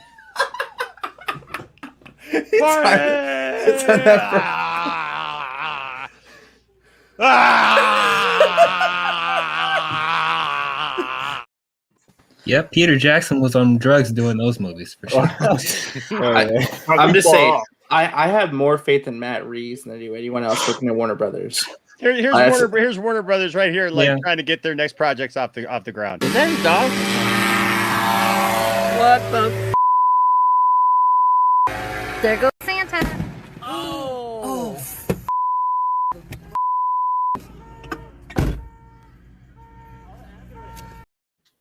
Yeah, Green Lantern 4 is still on standby. I'm still waiting. Still waiting. Yeah. There's no reason for that, and that's like I said. Right now, this YouTube channels and the YouTubeverse should be talking about the plans and the rollout that DC is going to be rolling out. But there's nobody there. There's nobody there that can understand how these things need to be rolled out or how they need to develop, how they need to be put together, and the importance of each of them. You have movie execs. And see, the advantage that Marvel had is, Kevin Feige is a movie exec, but he also came up through those IPs. He was with Marvel Studios before Disney purchased him. He was working there on X-Men, Spider-Man. He was there since the beginning. It's so sad because we could have got the DC movie celebration as well, as Marvel did. And we just can't get that. We just can't. It's a black cat running around. We just can't. And you're waiting for the black cat. That's the problem. Is you don't even need to see the black cat. You just know he's around. See, Rel has it right. Rel has it right. Don't worry, guys. Tomorrow might be a tough day, but remember, Matt Reeves is going to save us. Just wait. Just wait, man. Matt Reeves is going to save us. No. It's not going to be Matt Reeves. It's going to be Peacemaker, guys. It's going to be Peacemaker. Oh my God. Let's say you're right. See, here's my thing, though. Like it's a massive thing, and so I want to see his thing. We just got to have hope, guys.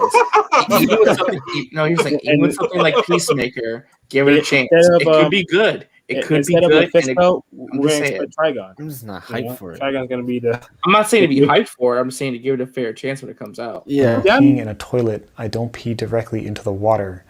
I pee on the curved part of the bowl beside the water because I figure it splashes less.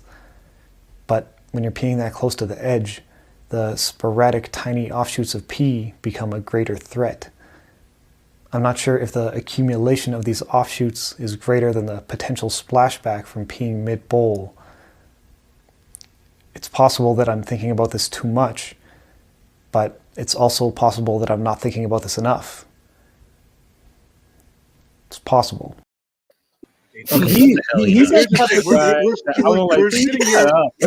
We're sitting here thinking about, well, maybe Peacemaker will be good, or maybe Matt Reeves will save us. We that should not be the conversation. We should be having conversations like, I can't wait for this, I can't wait for that. But because we got this, save us. They need saving. we got this scatter shot madness. We don't know what to be excited for. And okay, what if Matt Reeves' Batman is the greatest movie? In between now and then, there's no anticipation. There's no ramp up. There's no reason for me to care about anything else that they're doing. We're just playing a guessing game. Like, well, maybe it'll be good. Maybe, we can't even get a Superman game. We can't even get a Superman game. Oh yeah, I want it. Oh my gosh, I we want can't get anything. Oh no, they won't sell DC to Netflix. They might sell certain rights to them, like certain limited contracts to certain characters for a little bit, but the whole IP, nah, they'll never do that. I don't even think they would sell DC. Period. I just don't see that happening. No, they won't. It's just too much money. If you do it right, it's a cash cow, but they can't even do that. Right. They don't know how to. You think Amazon's gonna get Dark Horse comics?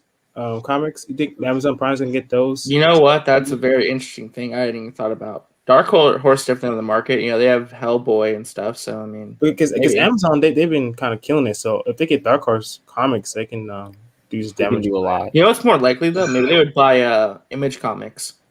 Oh, that would be too complicated because certain writers have ownership to certain characters. That's why. I forgot about that. Is it that I'm more excited for the Amazon Prime Spirit stuff than I am for the DC stuff?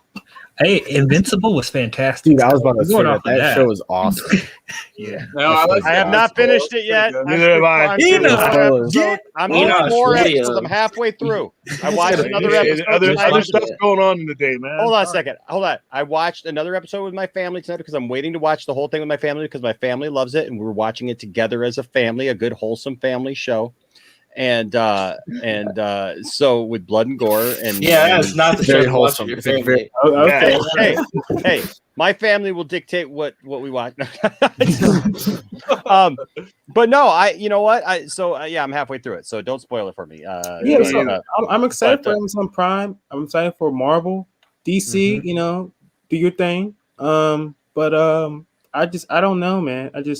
I'm telling you guys, watch that behind the scenes feature that they put out today for the Batman. That is legit gonna hype you up. I swear it will. I gotta see that. I'm already excited for that movie. I'm telling you. Tricked by behind the scenes. I'm just saying. I think this is all of us taking RJ at his word and going out and trusting Warner Brothers to. I just can't do it. Hold on. This is all of us trusting Warner Brothers on RJ's word that Matt Reeves is going to save us, only to have this happen. Hey, you guys. I'll tell you what. It's so good. It's part of it. I'm getting a lot of Telltale Batman vibes from that movie. But hopefully it's good, man. I'm excited for it. But I'm just afraid you're not going to let Matt Reeves do his thing. Here's the thing. Okay, so talking about things, right? Yes. But when Matt Reeves, he initially said no. He said, I don't want to do the Batman. But they renegotiated it and they gave him full carte blanche to do whatever he wants with the property. He is basically the caretaker of the Batman franchise now. So yeah, I'd say that. I'm just saying. So to me, I feel like because he has carte blanche with the franchise, they trust him to deliver something, and they're just going to leave him alone to craft his own side universe. Hopefully, man. I hope so. What you just said is one of the most insanely idiotic things I have ever heard. At no point in your rambling, incoherent response were you even close to anything that could be considered a rational thought. Everyone in this room is now dumber for having listened to it. May God have mercy on your soul. I wouldn't go that far. Wow, that's brutal. Billy Madison is like iconic movie. Billy Madison. I love that movie. I love it. Yeah. I'm giving everything. I'm being open-minded for these movies. It just now, I'm like, Amazon Prime, let's go. Disney, let's go. Warner Brothers, I keep seeing a black cat, so I don't know. Black cat's running the company half the time. Exactly. That's To be fair, I'm just imagining if you go to Warner Brothers and you go in the main office like of the president, right? It's just like turns around, it's a cat. Meow. These would explain everything. These I would understand. Meow meow meow fire. Only person doing it. Meow. That's where they get directions from. Real quick, Benson's Mark with a $5 super chat, or with a £5 super chat. I'm sorry. Thank you so much, buddy. He says Enosh, you and Lou Gossett Jr. Academy Award winner are right not to trust WB. My prediction is AT&T will sell DC to Netflix within 5 years. # restore the Condor Man universe. Oh my God. I don't know. You know, here's my thing. I don't want. Well, so no, I want them to. I at this point I want Warner Brothers to get out of the DC business, like so bad. They failed it. I just feel like I feel like DC's dead. Because it seems like it's going around. No, it's slowly killing it. I will tell you this. I said this in my video. I said this in my video earlier today, and I still mean it to right here. If they're somehow going to continue this foolish rant and this foolish path of trying to catch Marvel, then it's dead. Yes, it's absolutely dead. Because not one of these films is going to get them in the good graces of all the Marvel fans, of all the people who go on and on about how Marvel's better than DC. They're not going to win those people over. It's like trying to win over your ex-girlfriend. DC was king in the 70s and in the 80s and the 90s. And you know what happened? This tide started to turn. Like the cartoons started to come back. Marvel's cartoons were fire all throughout the 90s. Okay. But you know, the thing is by the time the 2000s came, then we started getting these Marvel movies and the Marvel Cinematic Universe started. You are never going to win back that ex-girlfriend, DC. Stop trying. You know what you need? Girlfriend. That's the point. Exactly. What you need to do. No, you're right. You're right. You're pining for a woman that is not yours. And here's the thing. You need to distinguish yourself as to who you are, what your character is, and what kind of relationship you want, and go out and establish that. And you were getting there with what we had, with Henry Cavill as Superman, with Ben Affleck as Batman, with these characters the way they are, and then doing your TV show thing. That's fine. Do these separate movies, you know, these one-off movies, these Elseworld movies, fine. But you were never, and you still will never. This will just look, and it pains me to say as a DC fan, but they ain't never going to win over the Marvel. I mean, listen, the whole entire thing would have to collapse. Kevin Feige would have to have a brain fart one day and totally ruin the entire, MCU and make everybody just hate it. And we would just see nothing but hashtags of MCU is dead for a year for it to go anywhere. For DC to gain any of that traction and to try to be anything like that. So stop trying to chase Marvel. See, and here's my thing. I've always said this before. You're chasing something you don't even need to chase. To me, if I'm running, I wish I could be. Marvel's not relevant to me. Marvel's not relevant to my storytelling. Marvel's not relevant to my prestige. Marvel's not relevant to anything. When I hold my meeting and I'm recruiting the people who are going to run DC films for me, and like I was telling you before, the first one of them that comes out with anything that resembles Marvel Comics, I'm sorry. Here's your plane ticket back to wherever the hell you came from. Love you, Mary. And let me talk to the next guy. This company has its own distinct audience. It has its own distinct way of telling stories. And when they abandon that, that's when they fail. And on the worst day, DC Comics, as far as IPs goes, is going to be worth more than anything. DC Comics has never been close to bankruptcy. Marvel Comics has. So. About this, we only need like 1 or 2 more movies to finish this out. Well, the thing is, it was never the tone what's wrong with DC. Look at the Dark Knight trilogy. The tone was never the problem. It's about storytelling, and William's onto something here. I mean, it's Enosh. Go ahead. That's you, man. That's a good super chat. That's a great super chat. Sorry, bro. No, you're good. You're good. This one is so bright. It was so bright. I turned all the lights off in the lounge. I don't know. What do you guys think? You guys kind of like this? I'm thinking about putting up some more of these lights in the background. More for they tone. look nice. They look kind of like nice. that. I mean, I know you can't see the toys as well, but you know. Where's that hot blonde at? The hot blonde that shows up at late at night. Oh no. Oh no! What have you done? What have you done? Please, The no. cat is out of the bag. It's not a black cat. It's The blonde cat. Yeah. This right here. Right here. This is what we've been saying. Yes. Daniel Martin with a $5 super chat. Thank you, sir. Question for the panel. He says, do you think this is a knee-jerk reaction to try to save face over Ray Fisher, Kiersey Clemens, and Wayne T. Carr PR problems? 100%. What do they have to save face for? What do they have to save face for? They didn't do anything wrong. Oh man, I could go on for days about this. It just what really just made me mad was back when they're talking about where they posted a tweet talking about I can't remember, like saying against racism or that. You know what else? Know what I'm talking about? Oh yeah. Where everybody bombed them. Yeah, we continue. We persevere. Yeah, we continue our fight against racism. Yeah, but I was reading. I'm like, that is so bad. Like, do they not understand that people are very mad about them for the same reason that they're saying that they're against with Ray Fisher? Like, how can you do all these actions, but then be like, oh yeah, we're for diversity, we're for people of color, but we're egos, and it's because they believe they're in the right.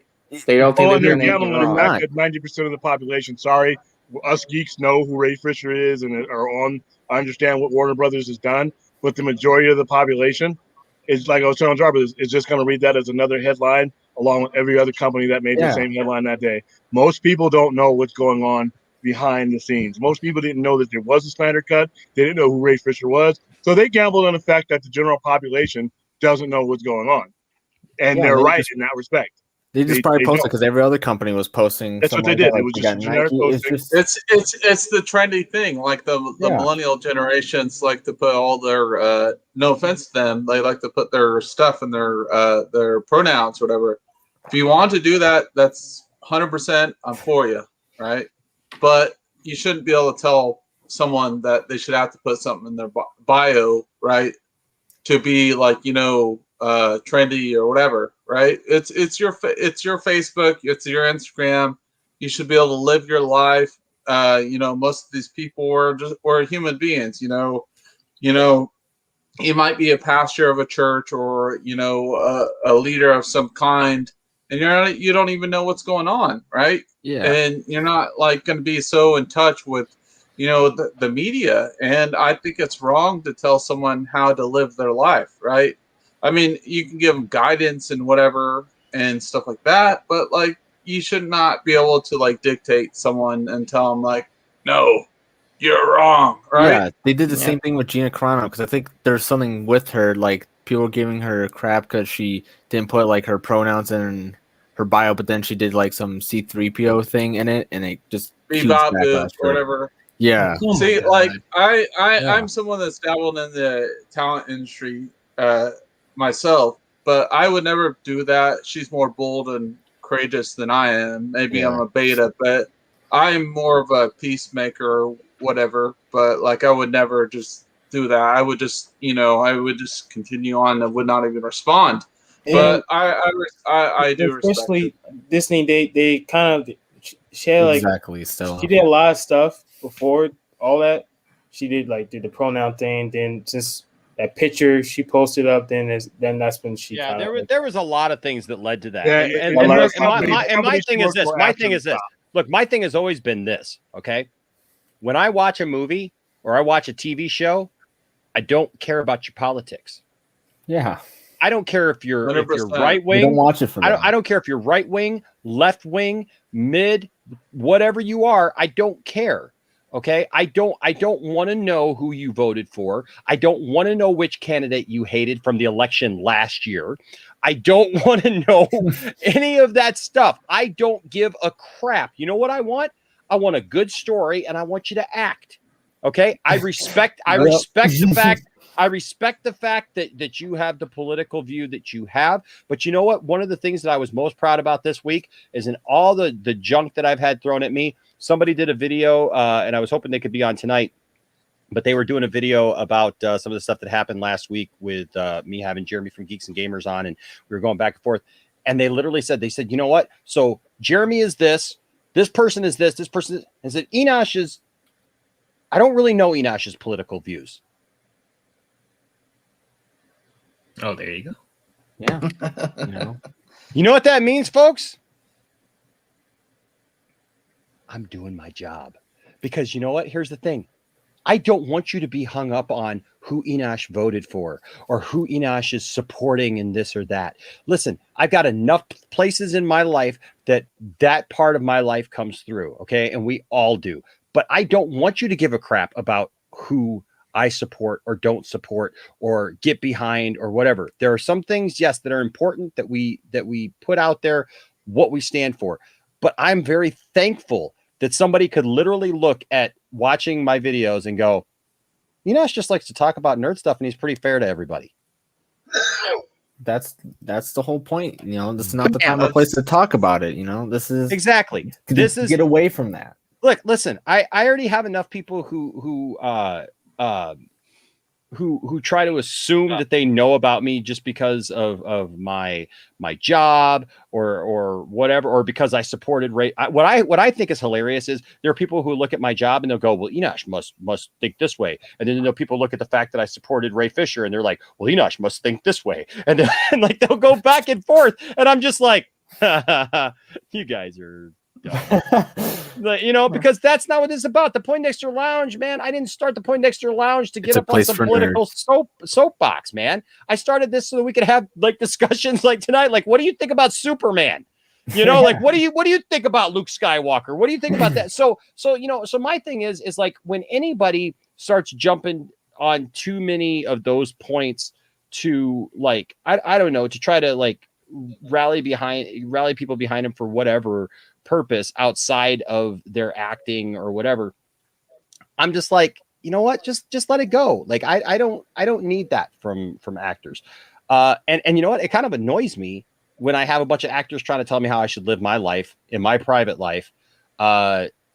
When you're a millionaire, you're going to try to tell me how I should react or whatever. You know what I mean? Like, I don't care what side of the aisle you're on. That's me. That's me. I want to watch Star Wars, and I just want to watch Star Wars. I want to watch Superman. I just want to watch Superman. You know what I mean? Like, that's how I am. Not to say that I don't want those to reflect real life, you know, and to reflect, you know, things that go on in our society and everything. There's obviously those things, but you know what I respect most? I respect things that take knocks at everything, right?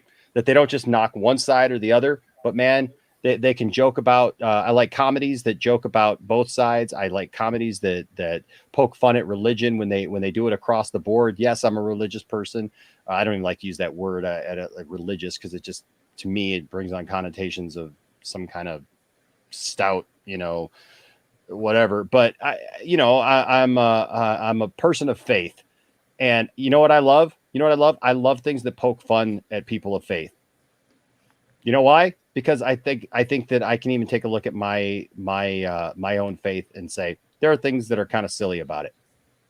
Like, we should all be able to look at ourselves and see those things that we can laugh about, you know, and poke fun about, and not take ourselves too seriously. Benson's Mark with another £5 super chat says AT&T is in debt. Netflix has massive buying power, having already tried to buy. Well, Netflix is in massive debt too. 13 billion. Yeah, they're in massive. I mean, not to say they won't spend money, but they are in massive debt as well. Having already tried to buy the Snyder Cut, their motives are clear. $20 billion would secure DC. That's a lot of money. No. Yeah, 20 billion would not secure DC. Not when you're talking about long-term legacy of what you could be making on that. Not just movies. We're talking about outright. There's no way. It's priceless. It's basically priceless. What about Lucasfilm though? What about Lucasfilm? I mean, Lucasfilm would I would have thought that would have been the same kind of similar thing when you had like Star Wars, Indiana because Jones. You're going all from those... a personal person to a corporation. Once a corporation has that, they're not going to give that up. Now, like me buying Powell films, like William Powell films, I'm going to sell. But once I sell it to AT&T and they get that, and if it's a legacy IP like that, corporations aren't letting that go. Yeah, but Star Wars is a legacy IP that was huge. Yeah, but because it was Lucas's. I'm talking once Disney owns it. Disney owns it. Yeah, well, they do now. They do now. But they paid $4.5 billion for it. They're not letting it go. Once it gets in What about Marvel though? What about Marvel? Because when they bought they that, own it was that like too. about. When they bought it, was like $4 billion. Yeah, but look at where Marvel came up through too. I'm going to give you an example. Sony is never giving up Spider-Man. They will do business with Marvel all the way till the cows come home. They will never. There's no amount of money that you're going to offer Sony to give up Spider-Man. Once a corporation like that. Yeah, and I'm not talking about the comic book companies. I'm talking about the telecommunications. Once a film company, a telecommunications company, that they're never going to give that up. That is too much money. That is too much leverage. That is on so many levels. They are never, like I said, Sony is never. They're never going to give up that IP. And AT&T and Warner Brothers are never going to give up DC Comics. And you're 100% right. You're 100% right, because Spider-Man doesn't need Marvel. It never needed to be Iron Man Jr. Spider-Man is his own thing, right? Tobey Maguire to me is the GOAT. Sorry for anyone out there, but look at this as a subjective thing, right? Spider-Man doesn't need the MCU. Spider-Man is its own thing, like Batman. Batman doesn't need the DCU. Superman didn't need the DCU, but I don't think Superman really does need the DCU if they go back to the core elements of what Superman is. Look at the Christopher Reeves, the first Superman movies that were successful because they were risky. I mean, what happened in the 90s, it was risky, right? They had like Batman 89, 91, which were good. And then you had Bat Nipples in the other one, right? So it tarnished the brand. And then you had Blade came out with the later 90s that brought it back a little up. And then you had stuff like Spider-Man, X-Men that gave a little bit of flow to what came. And then you have the Dark Knight trilogy that really got the provocative mindset. Whoa, this can really work. And then like that Iron Man and all of them, and the rest is history from after that. They owe it all to X-Men. They owe it all to X-Men, by the way. To be honest with you. Because they do? Yeah, here's why. That was the first movie that all the production companies looked at and said, we could do this on this level and with this tone. That movie opens up with a concentration camp scene.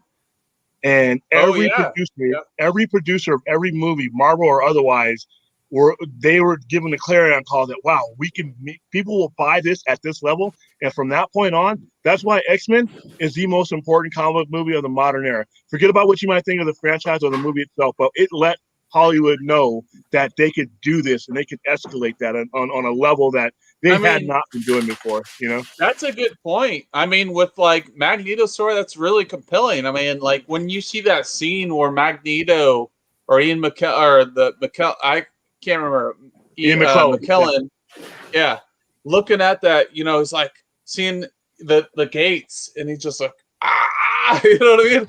I feel like everyone felt that, and I was born and raised like where we read the Anne Frank book as a child or whatever in school, so we knew kind of what the Holocaust was, and they had that much culture. Yep.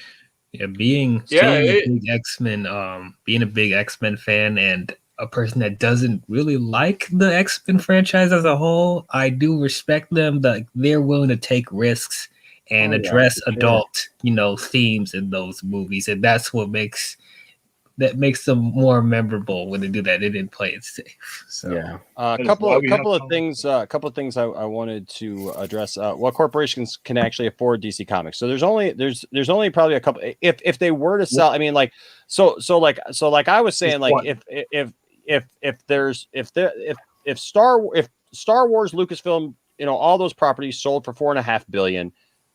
you know, like I don't know if 20 billion covers it. I don't know if that does it. That's a big number. I think we don't think about sometimes. We don't think about sometimes like how big that number is. But it is a big number. But you only have like people like or companies like Amazon, Netflix, maybe that could possibly, or like Apple that could actually gather that kind of money together. There was talk actually last year that Apple was considering taking a majority share of Disney. That was real. Wow, they were talking about a takeover of Disney.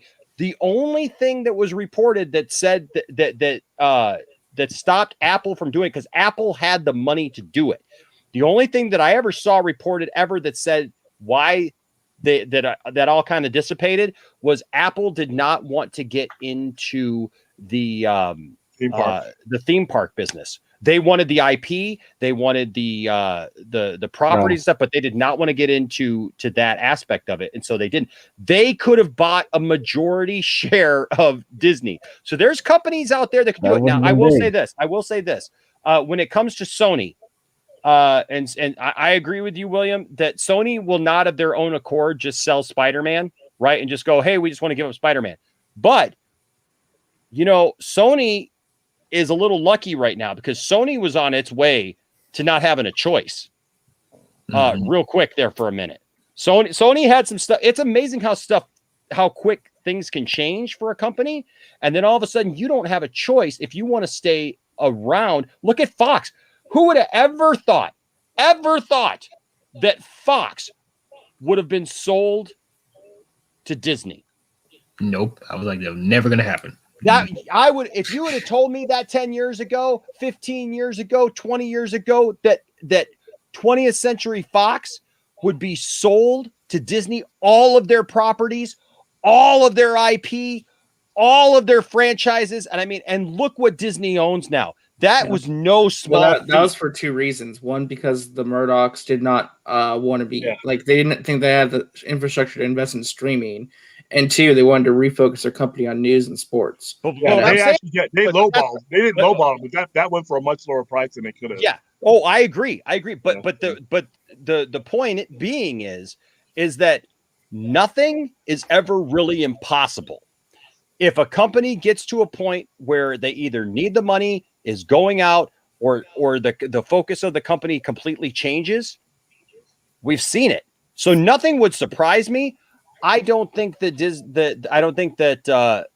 Warner Brothers is in any position that they'll ever want to just get rid of DC. They will literally drive and milk that thing they'll drive it into the ground and milk it for the rest of our lives. And unfortunately, that's just the way that it's going to be. Their shareholders are never going to let it happen. No, and so it would literally take an act of God to get it out of the hands of Warner Brothers at this point.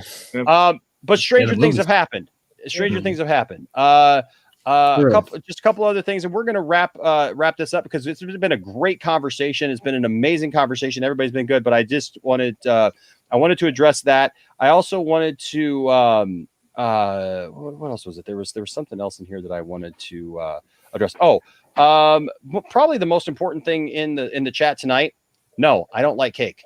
What? I'm not a cake guy.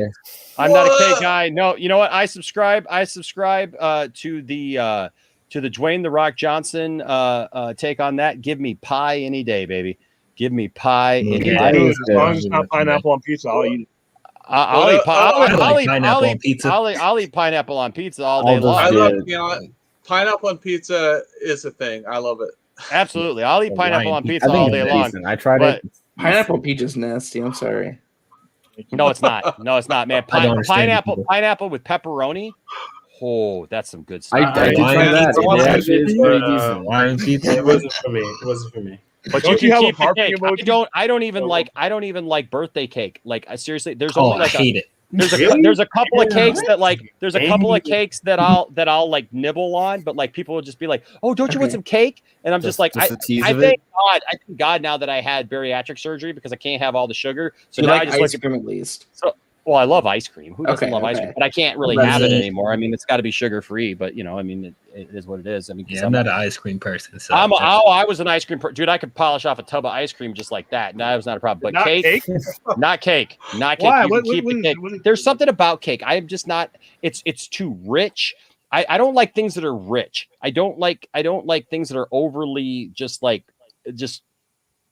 too sweet. I don't like things that are like that. I like things that have a nice clean taste to them. And man, give me pie any day. Give me a nice peach pie, a strawberry pie. Oh my God, you give me a strawberry pie with some whipped cream. That is the best thing on the planet right there. I'm sorry, I will make that all day long. You give me a banana cream pie. Oh, thank you very much. Give me a coconut cream pie. Oh, I will take that all day long. A chocolate pie. Chocolate pudding pie. Oh my gosh. I will take I'll a chocolate take it off. pie. Like I said, minus the pineapple. If I can unhinge my jaws to slide it down, I'll do it. There you go. There you go. There you go.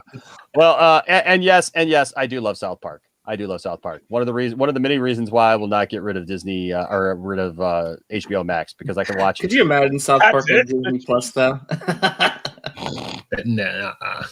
I know. Can I say something too? You know, we just celebrated May the 4th, you know, and everything. And Disney Plus did this little short, whatever, from The Simpsons. Did anybody watch that? No, I did not. It's only like 3 Force minutes long. Awakens. It was dumb. It was dumb. Okay. Well, what's it about? I love The Simpsons. It's Maggie, and all it is it doesn't make any sense whatsoever. It shows Marge dropping her off at daycare, but when she drops her off, it's a Star Wars daycare, supposedly set in the Star Wars universe, even though they were just driving through Springfield. Makes no sense. And then she walks up to the door, and one says Skywalkers, and one says Sky Crawlers or something like that. And like she takes her in, drops her off and like everybody's. You got General Grievous changing like multiple diapers all at the same time with all of his hands. You got like, oh my gosh, who else was it? There's like all these like crazy. Ahsoka Tano is taking kids and putting them in timeout, but to put them in timeout, she's dipping them in a carbon freezing chamber and like pulling them back out and hanging them on the wall. Yeah, it's weird. It is so That weird. sounds so weird. It is so weird. And then Maggie gets into a lightsaber fight with she somehow she lost her binky or whatever, her pacifier. And so BB-8 comes, and it's so weird. BB-8 comes and like is going to like lead her to it, right? And so they walk into this room though that is filled with nothing but BB-8s. It's like tons of BB-8s, and they're all going back and forth. And so the BB-8 that is trying to walk through that has a bow in its hair now. That's the only way that you know that it's that BB-8, because Maggie took her bow off and put it on BB-8.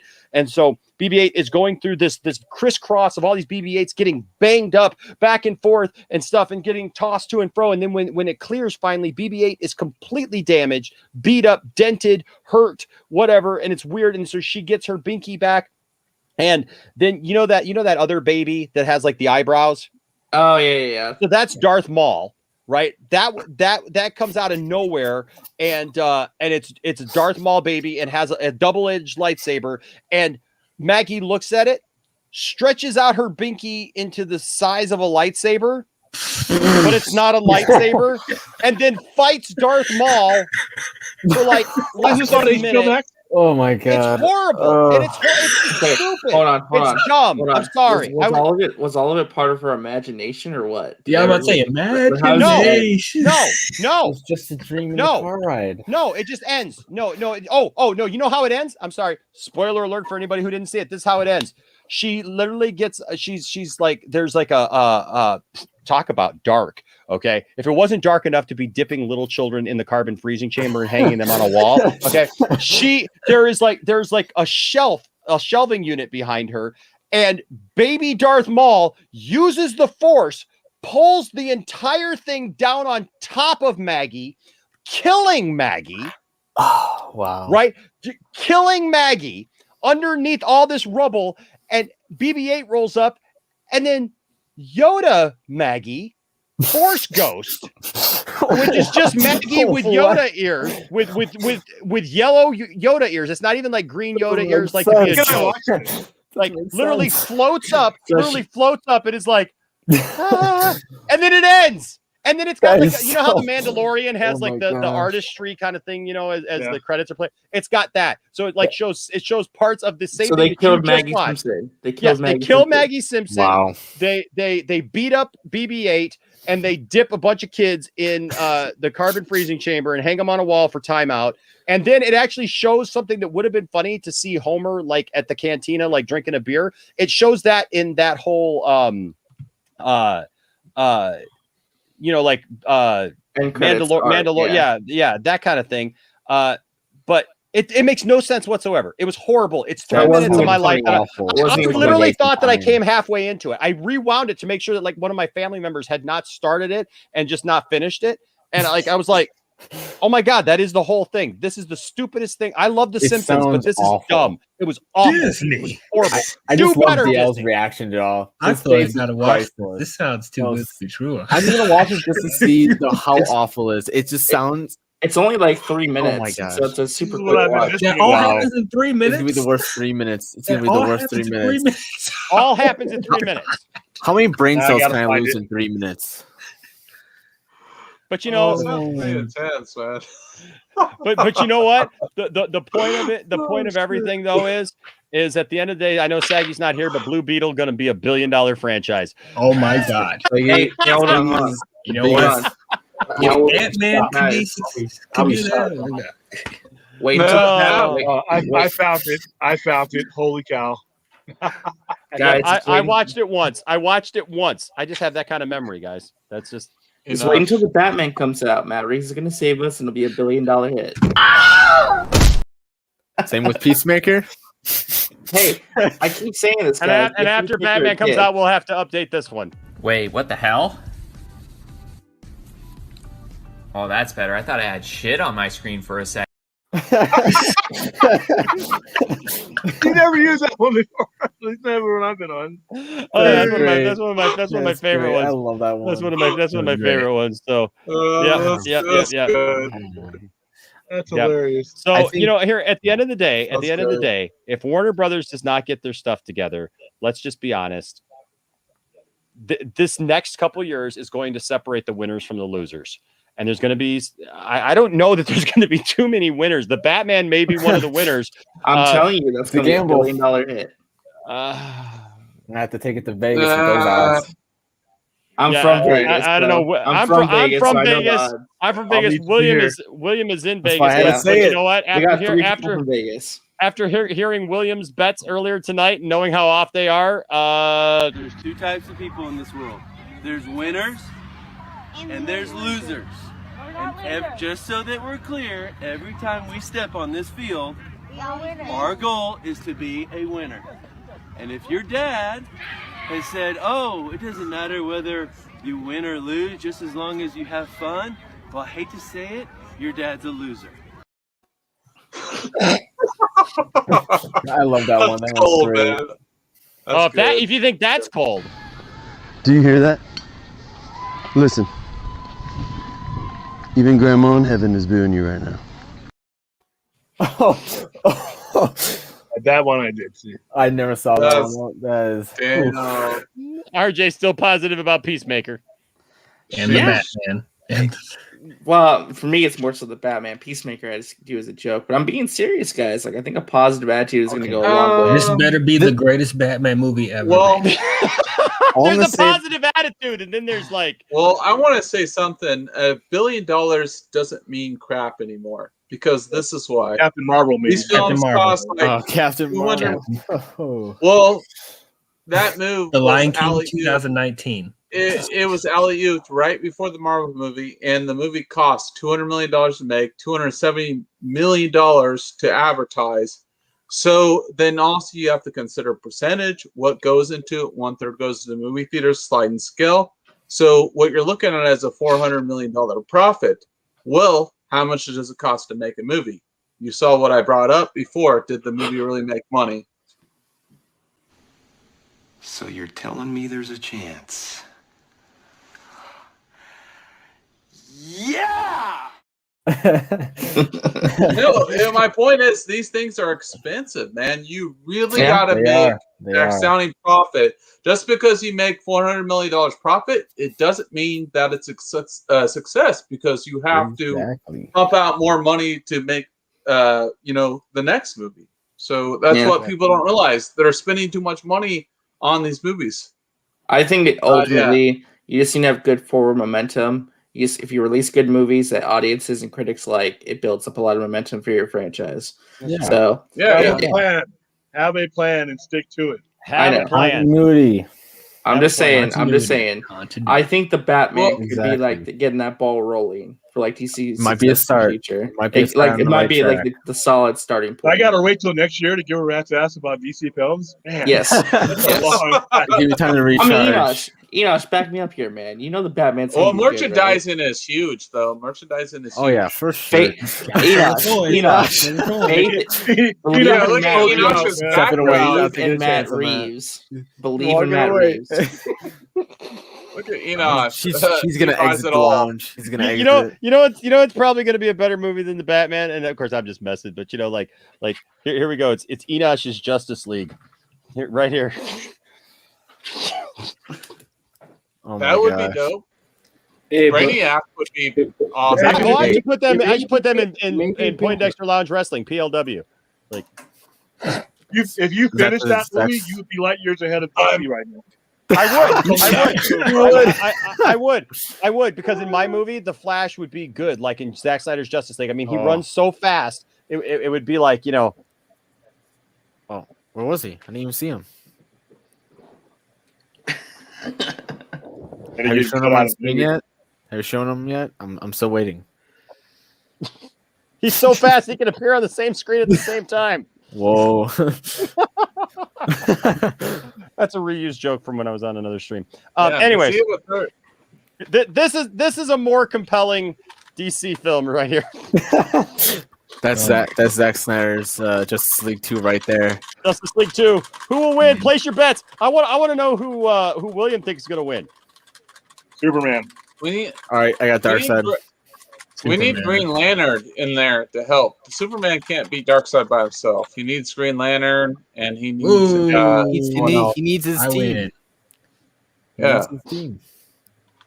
No, this is what I would do. You go to space, you introduce Green Lantern Corp, you have Brainiac. That would be part one. Part two. Bring out the big guns. Yep. Part two, bring it back to Earth. Oh boy. That being said, hey guys, thanks for joining us tonight. We're gonna end it about right there. I appreciate everybody who came on the panel tonight. Good to see all of you. Good to hear some new voices here in the lounge and get some different opinions and stuff. And yes, DC Talk with Extended. I know, man. I've been working on the new PLW. If you guys don't know what PLW is, it's the Action Figure Wrestling, Poindexter Lounge Wrestling. If you just look it up here on the channel, I have 2 episodes of it already. I got to get this 3rd episode done. It just takes a long time to do. It's green screen and it's a bunch of stuff, and I just haven't had time to do it. But I am working on it. I am definitely working on it. So, and it's fun. It's silly and it's fun. It's stupid, but I love it. But hey, thank you to everybody who is here on the panel tonight. I appreciate y'all. DL, why don't you tell people where people can find you? Cool. You can find me. It's my name, DL Vince. I have a YouTube channel talking about movies, different series, and everything in nerd and geek culture. So if you want to check out my takes on things, go ahead and subscribe to it. There you go. William, where can people find you, sir? Just Google Sci-Fi Center and any social media you click on there will lead to me. There you go. RJ? Yeah, you can find me on Twitter at Resonant Justice or on YouTube at Resonant Justice as well. All right. Luke, do you have a YouTube channel? Yeah, follow me on Luke Bro, basically. On Luke Bro, I'm on YouTube. I react to shows, in movies, and soon I'm gonna be doing short films. So nice, very nice. Black Ops, how about you? No, I don't have a channel, but you'll just see me in the chat or on the panel one day. Absolutely, absolutely, and of course, Tim, why don't you tell everybody where they find you, sir? Dave Grohl. Let's go and follow me on Kylo_Tim1 on Twitter, and on Instagram. Sorry, I like saying that. No, follow me on there. and then follow me on Tim Possible Official on TikTok, and that's where I promote all my stuff. YouTube is just a place to hang out with all my best buddies, Point Extra Allowance, Enosh, William. It's just awesome, just coexisting with these incredible human beings. So it's a pleasure to be here. Absolutely. If we do Foo Fighters cosplay, you down? I'm down. And the best of us. Is that what you're talking about? The Foo Look Fighters? just like Dave Grohl, man. You're a dead ringer for Dave Grohl. The best of He's got a couple things going on, man. He's got a couple things going on, man. He's also got, I mean, his Kylo Ren is like, I was thinking that. Oh yeah, I did see that. The first time Tim ever showed up in my backstage area, I was like, it was a call-in show, and I was like, oh my god, because like you just see the little, you know, the little thumbnail, and I was just like, that is not Adam Driver. What the heck? What? And then he came on, and I was just like, "What?" We scared Saggy the first time Saggy ever saw him. Saggy was like, "Whoa, wait a second!" Like she, I remember that. She stopped everything. She's like, "Whoa, whoa, whoa, whoa, whoa! We're not going to talk about this." I just brought him in. Without announcing him. And she's like, "Whoa, whoa, whoa, wait, Enosh. We're not going to even talk about this. Like, come on, look at the guy." He went crazy. It was hilarious. It was pretty funny. Yeah, it was a good moment, man. It was fun. Yeah, for sure. But hey, guys, go support these guys. Go if you haven't already, go subscribe to them. And if you forget right now, screenshot this or make sure to take a minute and just do that, because it's important. We need to support each other on YouTube. We need to support each other, man, in life. And spread the love. Spread the love, man. That's what I want for sure. I don't want to just build this community, but I want to help other people, and I want to be part of their community. That's why, look, this week alone, I've been on. Like I said, I went on the Kent Farm podcast, the guys from Australia. I was on with Cape Cast. I was also on where else did I go this week? Oh, I was on that Junk Man. Tomorrow I'm going to be on Saggy. I feel like I'm doing a promotional tour. I feel like I'm doing a promotional tour. The Friday before, I was on Dave Pena's vodka stream. So man, I'm just like all over the place, man. And that's the thing. It's like making friends all over. It ain't all just about me. It's about everybody in the fandom and just different fandoms and different things, man. And that's why I love it. And I appreciate all you guys here. I appreciate everyone who wasn't here or who had to leave. Brian, of course, had to leave. So I'm taking that belt. I'm taking his belt. Get in line. I don't know, man. It's gonna be rough. But we'll have to come back and do another Jeopardy time. I know people got to get going, but yeah, I appreciate you all. Thank you to all of the mods. Made some new ones, and so I appreciate you guys taking good care of the chat. Appreciate all that. Of course, follow us on all social media here at Point Extra Lounge. Whether it be we got a great Facebook page, we got a Twitter, we've got Instagram, all that good stuff. We've even got a TikTok, so we got some stuff up there. It's some funny stuff. I need to do more. Yeah, I have to add that too. Absolutely, man. We're on there, so have some fun. We're on all those social medias, so yeah, stop by, say hi, and don't forget our Discord. I don't think I have the link. I don't know if Scotty's around. Does anybody have the Discord link on him? I could probably post it real quick. Yeah. If you could post the Discord. Someone might be quicker than me because I have to load it up. Oh, okay. I'd have to trying to.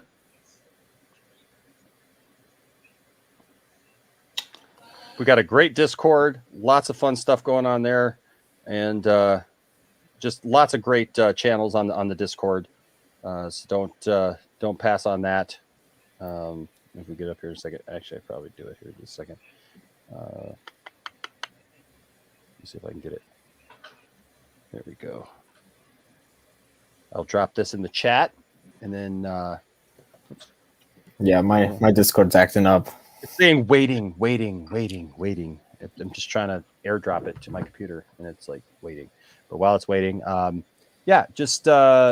by the Discord. There's lots of cool, fun stuff going on there. Don't forget, tomorrow night I will be on with Saggy Melons. Okay. Dang it. Hold on. I'm gonna watch that stream just as a fan. I think. Well, hold on. I think I was trying to get a link to share it, but I can't pull one up. I don't know why. Yeah, I'm having I don't know issues. why it's invited. Oh. Okay. No, here it is. I got it. Okay. It wasn't recognizing me at first, but I've got it here. So I'm going to drop our Discord there in the chat. Here it is. So join our Discord. We're having some fun over there. Some great people having some fun over there. Don't forget. Tomorrow night I'll be on with Saggy Melons, and I'm sure we will do another stream tomorrow night because we are the hardest working channel on the planet, and the least sleeping channel on the planet, and literally. And but you know what? We'll be back tomorrow night with some more stuff, and of course, look for Saggy Melons. I believe I'm scheduled there at 9:30. Eastern Standard Time. So go show Saggy some love. I don't know what she's got planned, but it's my first time on her channel, and so I'm looking forward to that. You sure about that? What's that? You sure about that could be one of those epic plunger streams. It is what it is. She's gonna be in control of the drops. Oh, I know. It's gonna be fun. Very interesting. I'm excited to see it. Oh yeah, heck yeah, it's gonna be fun. It's gonna be fun. Yeah. And so do that, and don't forget, between now and Saturday, we will have Saturday at 10 a.m. Eastern Standard Time. We're going to start with the original Star Wars trilogy, and I do mean the original, not the special editions. But if you're like me and you haven't seen the original Star Wars films without all the special, edition stuff in a while, why don't you come on over? We're going to start here at 10 a.m. Eastern Standard Time on YouTube, and then we're going to bounce on over to Twitter with everybody. We'll bring some people in. Whoever's here, we'll see about bringing some people in to watch with us, and we're going to watch 3 films, man. We're going to have a good time. So come and join us for that. All right, guys. Well, hey, it was a good night. We did the thing. We had some fun and great conversation. And like I always say, don't let anybody tell you that your fandom doesn't matter. And don't tell anybody that their fandom doesn't matter, because we don't like that. And I don't think that you do either. Do you guys like that? Not at all. Nope. We don't. So thanks again to all of our patrons and all of our members. Also, I know that I told Kinky Sphincter that he won one of the posters. But Super Cam, if you're watching this, maybe listening or something, you won the other poster. So get that. Also, this coming week, where'd it go? Oh, we're giving this. Speaking of Star Wars. Make sure. Where'd it go? Oh, here it is. Here's the third book. So we're going to be giving this set away next week. So these 3 Star Wars books, 3 of my favorite Star Wars books ever, and it's the Jedi Academy trilogy. Oh yeah.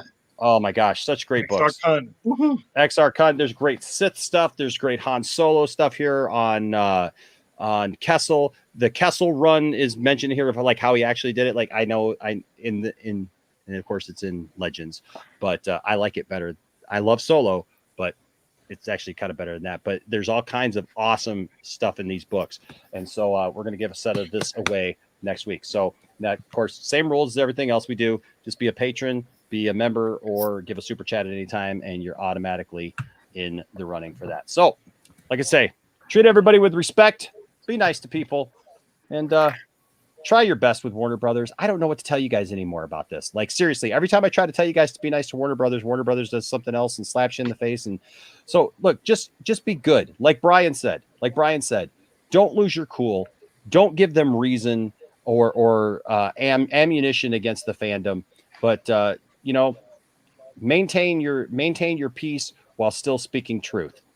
There is a fine art to that, ladies and gentlemen. And so I encourage you to do that. All right. Until next time,